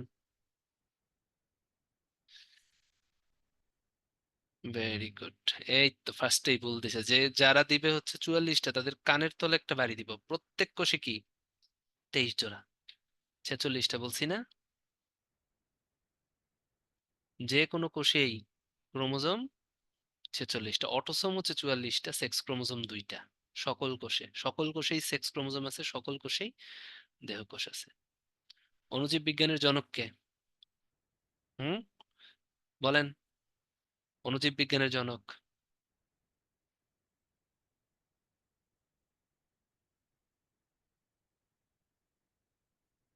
ভেরি গুড, ডি, তাই না? লিউয়েনহক। গুড। পারবেন না নাকি? এটা বলেন, বেমানান কোনটা? কোনটা মনে হচ্ছে বেমানান? খুব সহজ কিন্তু, খুব সহজ। অপশন পড়তে হবে, অপশন থেকে ভয় পাইলে হবে না। সব পড়ার মধ্যে বেমানান কোনটা? কোনটা ঠিক নাই? ভালো মতো দেখেন।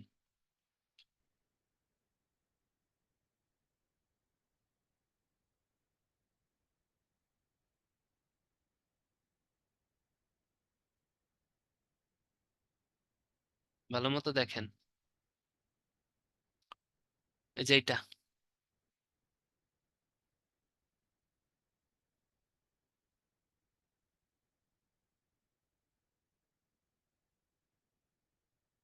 দেখি কি লিখছেন সবাই। গ হবে, তাই না? Very good, bacteria, Robert Hooke. কারণ রবার্ট হুক হচ্ছে কোষ আবিষ্কার করছে। যক্ষা তো কচ, হোমিওফ্যান। মৌমাছি পালনকে সবাই পারছেন, এপিকালচার অলরেডি লিখে দিচ্ছেন। এটা কি? মরুভূমির জাহাজ, এটা বাচ্চাদের পড়া। মাশরুম কি? ফাঙ্গাস, তাই না? ছত্রাক, বলে আসছি, ব্যাঙের ছাতা। এপিকালচার বলতে কি বোঝায়? মৌমাছি চাষ। অ্যানাটমি, হ্যাঁ, এটা একটু ভুল উত্তর ছিল, এটা হবে হচ্ছে অঙ্গ সংস্থান। এটা ওইবার ভুল উত্তর ছিল, এটার জন্য সবাই কমন মার্ক পাইছে। ঠিক আছে? শারীরবিদ্যা কি বলেন? চ্যাট বক্সে লিখে যান। শরীরবিদ্যা কি? চারটা অপশন দেই। মৌমাছি পালন, জীববিজ্ঞান, হ্যাঁ, ফিজিওলজি না anatomy? Very good. Mohsina Manjur, very good. এটা হচ্ছে ফিজিওলজি। ঠিক আছে আমিও। ঠিক আছে, থ্যাংক ইউ। তাহলে আপনাদের সব থেকে ফেভারিট স্লাইডে চলে আসছি। আর কি বলবো, এমনি গল্প করতে থাকি। আপনার যদি লাস্ট একটা পোল আছে ওটা দিলে দিতে পারেন। এমনি গল্প করতে থাকি, হ্যাঁ। তো যারা এতক্ষণ ক্লাস করছেন সবার জন্য শুভকামনা। সুন্দর মতো পড়ে ফেলবেন, আজকের স্লাইডটা খুব ভালো মতো পড়বেন। প্রত্যেকটা জিনিস টাচ করে যাওয়া হয়েছে আপনাদের লেভেলে, আপনারা যেভাবে বুঝেন ওভাবেই কিন্তু ট্রাই করছি। তো পরিচয়টা দিয়ে দিই, আমি অভ্র। 38তম বিসিএস এ হেলথ ক্যাডারে ছিলাম, পরবর্তীতে 40তম বিসিএস এ হচ্ছে অ্যাডমিন ক্যাডারে আছি। হ্যাঁ, আমি জি ল্যাবে পড়তাম, গভর্নমেন্ট ল্যাবরেটরিতে পড়তাম ঢাকায়। আপনি কি গভর্নমেন্ট ল্যাবে ছিলেন? ইন্টারন্যাশনালের বাকি, ও আচ্ছা, ইন্টারন্যাশনাল কেমনে ভালো পারি একজন জিজ্ঞেস করি। ইন্টারন্যাশনালের প্রতি একটা আলাদা টান আমার ছোটবেলা থেকে, হ্যাঁ। দ্যাটস ওয়াই হচ্ছে এটা টান বলতে হচ্ছে ব্যাপারটা ওরকম না বিসিএস এর জন্য। লাইক আমি কিন্তু অনেক আগে থেকেই হচ্ছে রাজধানীগুলোর নাম জানতাম, বন্দরগুলোর নাম, একটা ই ছিল, ওয়ার্ল্ড পলিটিক্স সম্পর্কে একটা ইচ্ছা ছিল। ঠিক আছে, আপনার এগুলো এখনো ইচ্ছা করলে, এগুলো কোনো রকেট সায়েন্স না। আচ্ছা, ল্যাব 12 ব্যাচ কে আবার একটু লিখে জানান তো। ল্যাব 12 ব্যাচ কে? নামটা দেখিনি, সিয়াম না? আচ্ছা, ঠিক আছে সিয়াম ভাই, খুব ভালো লাগলো। আমি ল্যাব 9 ব্যাচ। ঠিক আছে, যাই হোক, সবার জন্য ইন্টারন্যাশনালের প্রতি একটা আলাদা অ্যাট্রাকশন ছিল। যেমন ইন্টারন্যাশনাল কিন্তু সবসময় ভালো নাম্বার পাইছি আমি। ব্রিটেনে 38তম বিসিএস ইন্টারন্যাশনালে কত 65 না 66 পাইছিলাম। তো ইন্টারন্যাশনালে কিন্তু এত ভালো করা খুব টাফ। 40 বিসিএসও আশা করি বেশ ভালো নাম্বার আসছে ইন্টারন্যাশনালে, নাহলে তো অ্যাডমিন আসতো না। হুম, এইটা। আচ্ছা, একজন কোশ্চেন করছেন ভাই ফরেন আসে নাই কেন, একটু বলি যে মানুষের কিছু দুর্বলতা থাকে। তো না, ফরেন, ঠিক আছে, আমি ফরেন ফার্স্ট চয়েস ফরেন ছিল। হুম, তো ফরেন না আসার কারণ আমি যেটা মনে করি সেটা হচ্ছে ম্যাথস পরীক্ষাটা আমি খুব, মানে আমি হচ্ছে ম্যাথস করতে ইচ্ছা করতো না। মানে একটু একটু ওভার কনফিডেন্ট না, মানে কনফিডেন্সের জন্য না, লোয়ার লো কনফিডেন্স বা ওভার কনফিডেন্স এরকম কিছু না, মূলত ম্যাথ সব পারবো এরকম একটা চিন্তা ছিল। ঠিক আছে, মানে অলওয়েজ মনে হইতো যে ধুত, ম্যাথ তো ওই বসলে ধরলেই ম্যাথ মিলে যাবে, এরকম একটা টেন্ডেন্সি নিয়ে হচ্ছে ম্যাথ পরীক্ষা দিতে যাই। তো ওই মেন্টাল এবিলিটি আর ম্যাথ আমি রিটেন করে যাইনি, একদম সহজ কথায় পড়েই যাই। ম্যাথস পরীক্ষায় 38এও আমি দেখলাম, মানে আমার ইচ্ছা করে না যে এত কষ্ট করে ম্যাথ কেন করবো, ম্যাথ তো সব বানানো আসবে।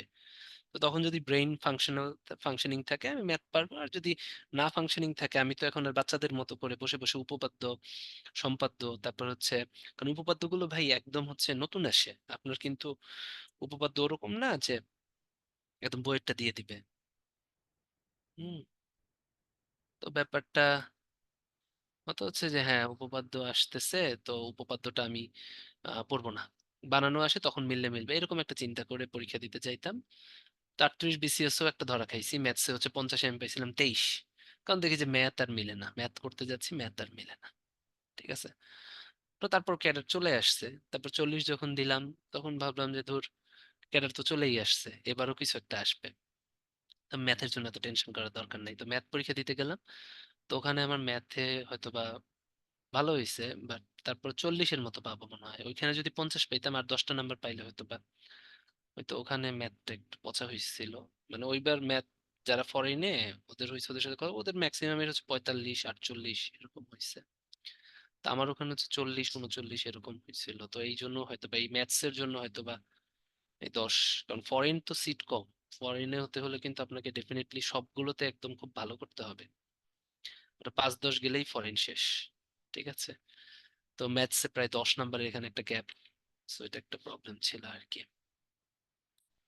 ঠিক আছে, থ্যাংক ইউ ভাই, সবার জন্য শুভকামনা, এবং সবার জন্য দোয়া রইলো। পড়তে থাকেন, ভালো থাকেন সবাই, হ্যাঁ।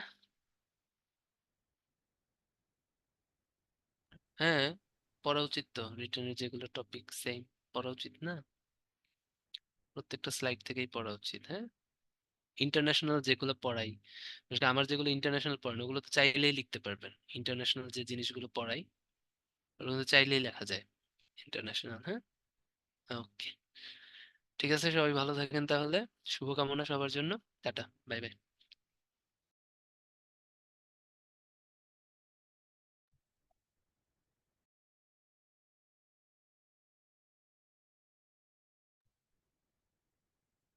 জি ভাইয়া, আপনাকে অসংখ্য ধন্যবাদ জানাচ্ছি চমৎকার একটি ক্লাস নেওয়ার জন্য। ভালো থাকবেন ভাইয়া, শুভরাত্রি। তো এখন যদি আপনাদের উত্তরণ সম্পর্কিত কোনো কোশ্চেন থাকে তাহলে চ্যাট বক্সে করতে পারেন।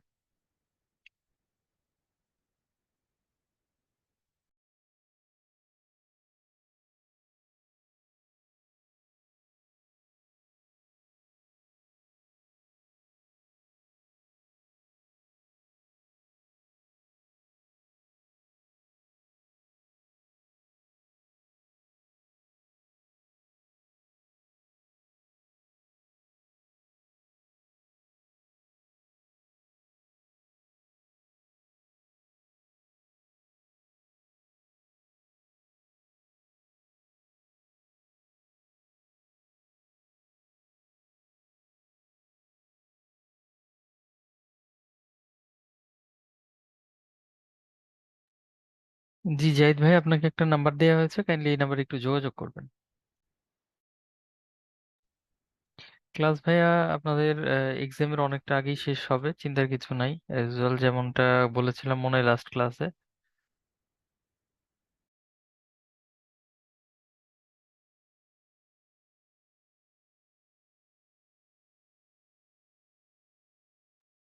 হ্যাঁ সেম ভাই, আপনি দুইটা ওয়েতেই তো মানে এক্সাম দিতে পারবেন, অনলাইন অফলাইন দুইটা ওয়েতেই। আপনি যদি চান যে না অনলাইনেই দেবেন, ওকে ফাইন, আপনি দিতে পারবেন, অসুবিধা নাই।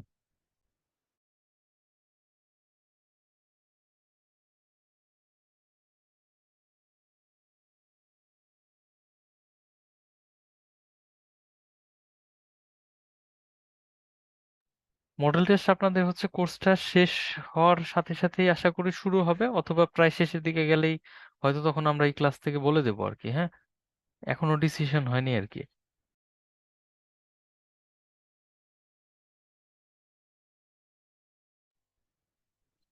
মেতে ভাইয়া এক্সাম হতে, আচ্ছা, মার্চ এপ্রিল মে না,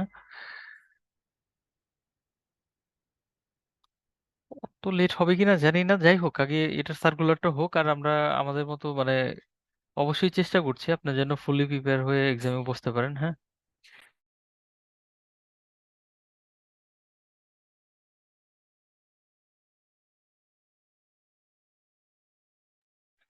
আপু আপনি হচ্ছে বইয়ের ব্যাপারে একটু ব্রাঞ্চে কথা বলুন, মানে বইগুলো তো আসলে ব্রাঞ্চ থেকে আপনারা কালেক্ট করেন, সে ব্যাপারে একটু ব্রাঞ্চে কথা বলে বা ফোন করে একটু জেনে নেন যে আসলে আপনি কি বই পাননি, কথা বলেন।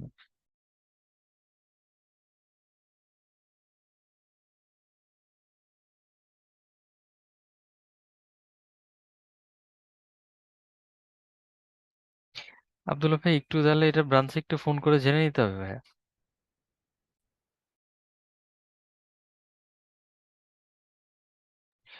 মডেল টেস্ট শুরু হলে আমরা ক্লাসে বা হচ্ছে আপনাদের এসএমএস এর মাধ্যমে জানিয়ে দিব। তাছাড়া আমাদের ওয়েবসাইটেও আপলোড করা হবে। আপডেটগুলো একটু দেখার জন্য আমাদের ওয়েবসাইটটা একটু দেখবেন কাইন্ডলি।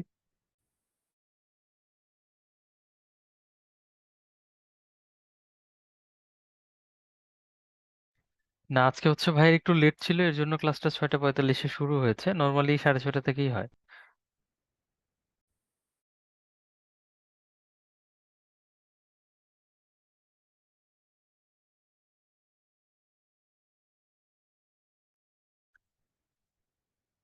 দীপাবু আসলে কি ব্যাপারে কোশ্চেনটা ছিল একটু যদি বলতেন, মানে কি ব্যাপারে ফোন দিলে পরে জানানোর কথা বলছে তারা।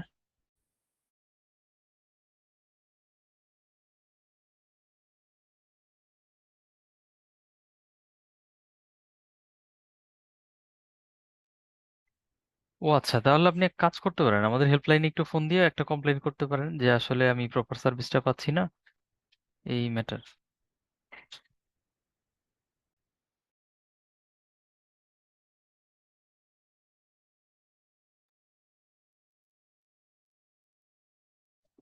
আচ্ছা, ওকে, এই ছিল আপনাদের মোটামুটি কোশ্চেন গুলো। তাহলে আজকের মতো আমরা ক্লাসটা শেষ করছি। আর যে কোনো প্রয়োজনে আমাদের ব্রাঞ্চে যোগাযোগ করবেন অথবা আমাদের হেল্পলাইনে ফোন দেবেন। আশা করি আপনাদের প্রবলেমের সলিউশন হয়ে যাবে। ধন্যবাদ এতক্ষণ সঙ্গে থাকার জন্য। ভালো থাকবেন সবাই। শুভরাত্রি।